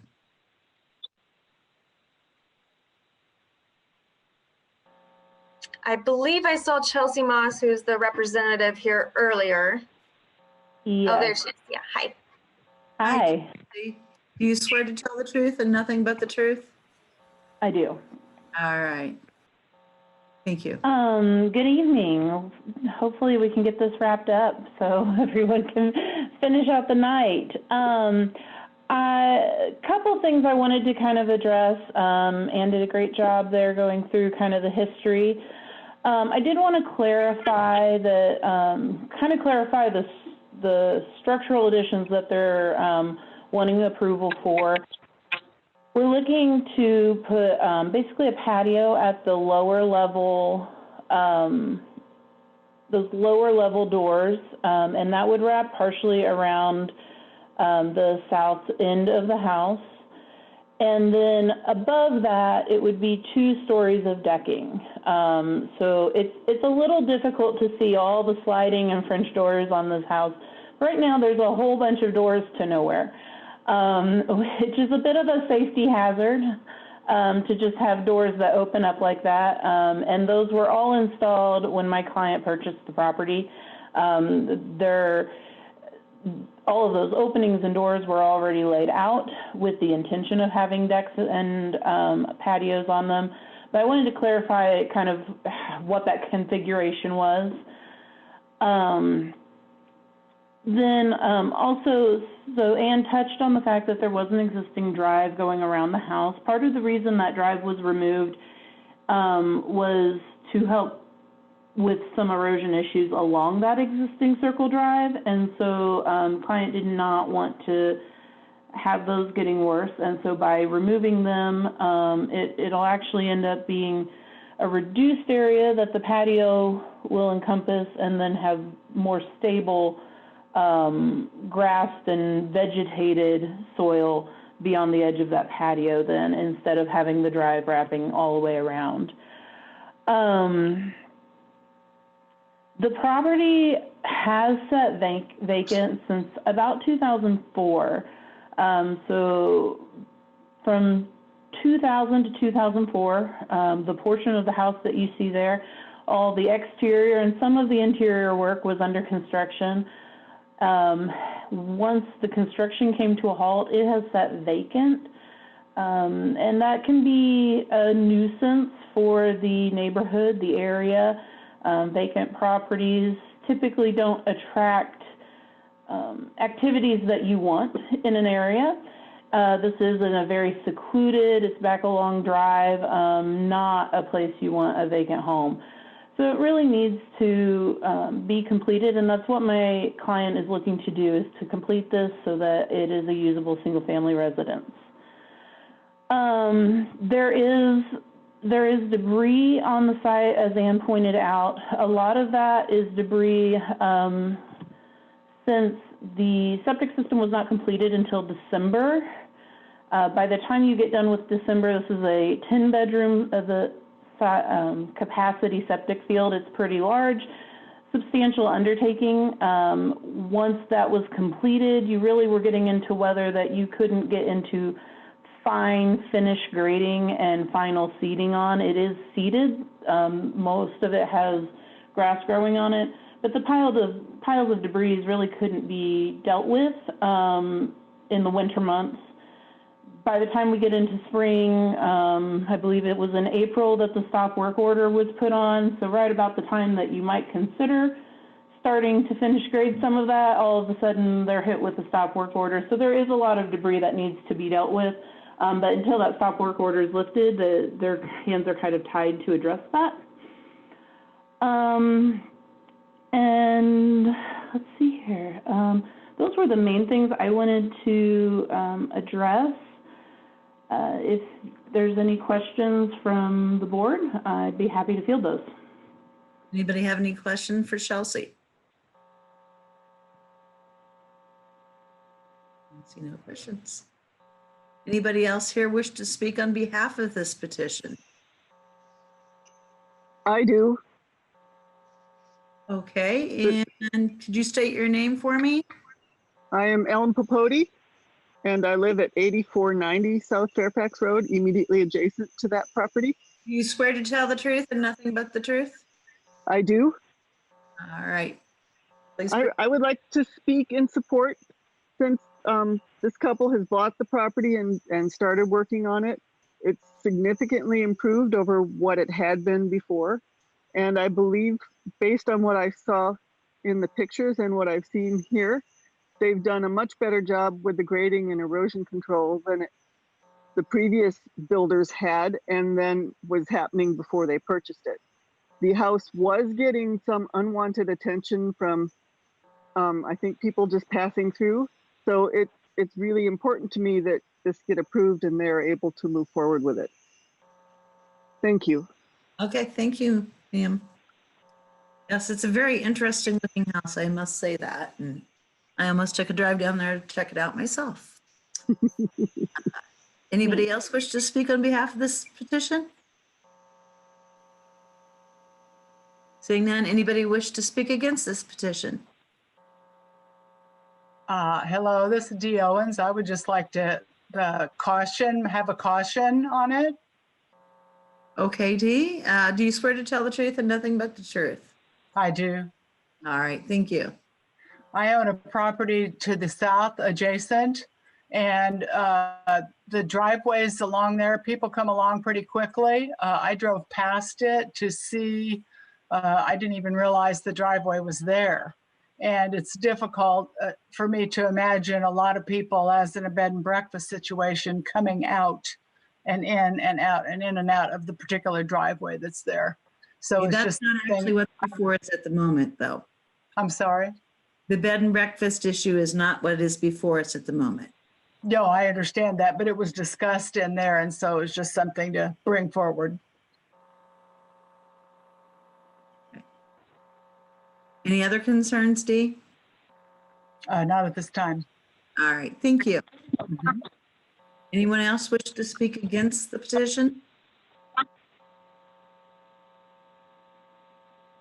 Seeing none, do we have a motion? I have a question before we go to the motion, if that's okay. Please go I ahead. tried to get in I'm sooner, sorry. but I couldn't unmute. That's okay. Unmute my phone in time. I'm looking at the pictures of this property, and you know, certainly we're weighing all of the best possible outcomes and procedures for as many people as possible. But I'm looking at those drainage pipes, and something about the drainage there just doesn't pass my smell test. And I don't know if we can make it a condition that, you know, that be reviewed. Something just doesn't look right with the potential for erosion and further problems that could develop for others downstream. So I was wondering if that somehow or another could be entered into the discussion. So if I can address this question, if that's all right, Chelsea. Thank you.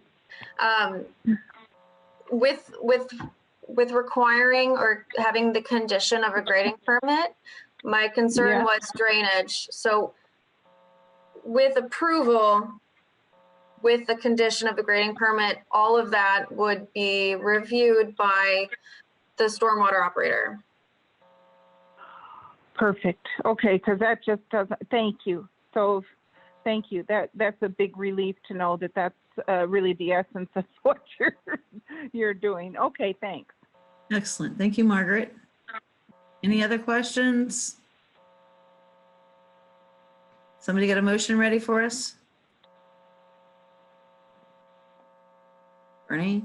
The matter of case number 2008-VAR-51 and 2008-VAR, excuse me, -52. Request is a design standards variance from chapter 804 buildable area and the design standards variance from chapter 825 eco, that's the environmental constraints overlay area, number 1 at 8482 South Fairfax Road. I move that we approve the variance based on the staff report, the findings of fact, and we include in that the submission and approval of a grading permit and erosion control plan be reviewed by the Monroe County Planning Department, the Highway Department, and the MS4 operator. I'll second that motion. Question, are we including the decks in this motion? Or is that a separate one that we're going to approve? Now, the decks are included in this motion, I believe. Yes. Okay. Okay. Yes. Okay. Okay. Please call the roll, Larry. Okay, the vote is on petition 2008-51 and 52, the variance from Eco 1, Chapter 825, and buildable area under 804 for the property located at 8482 South Fairfax Road, the used property.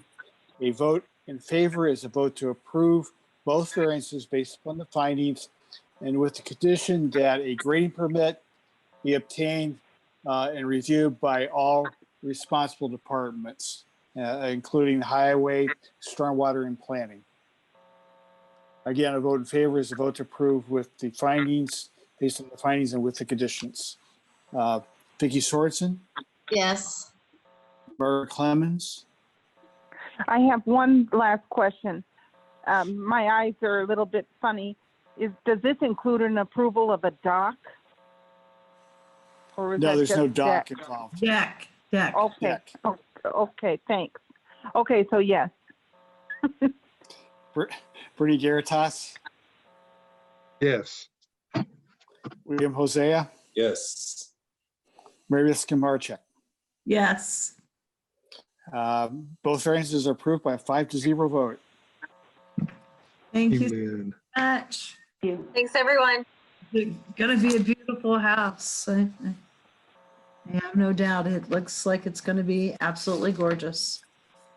Do we have any reports? Yeah, I think we ought to do a long-term session. You just did. Discuss, just general discussion after the meeting.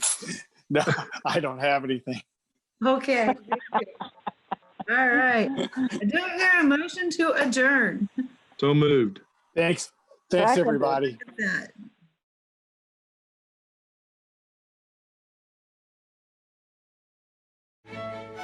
that.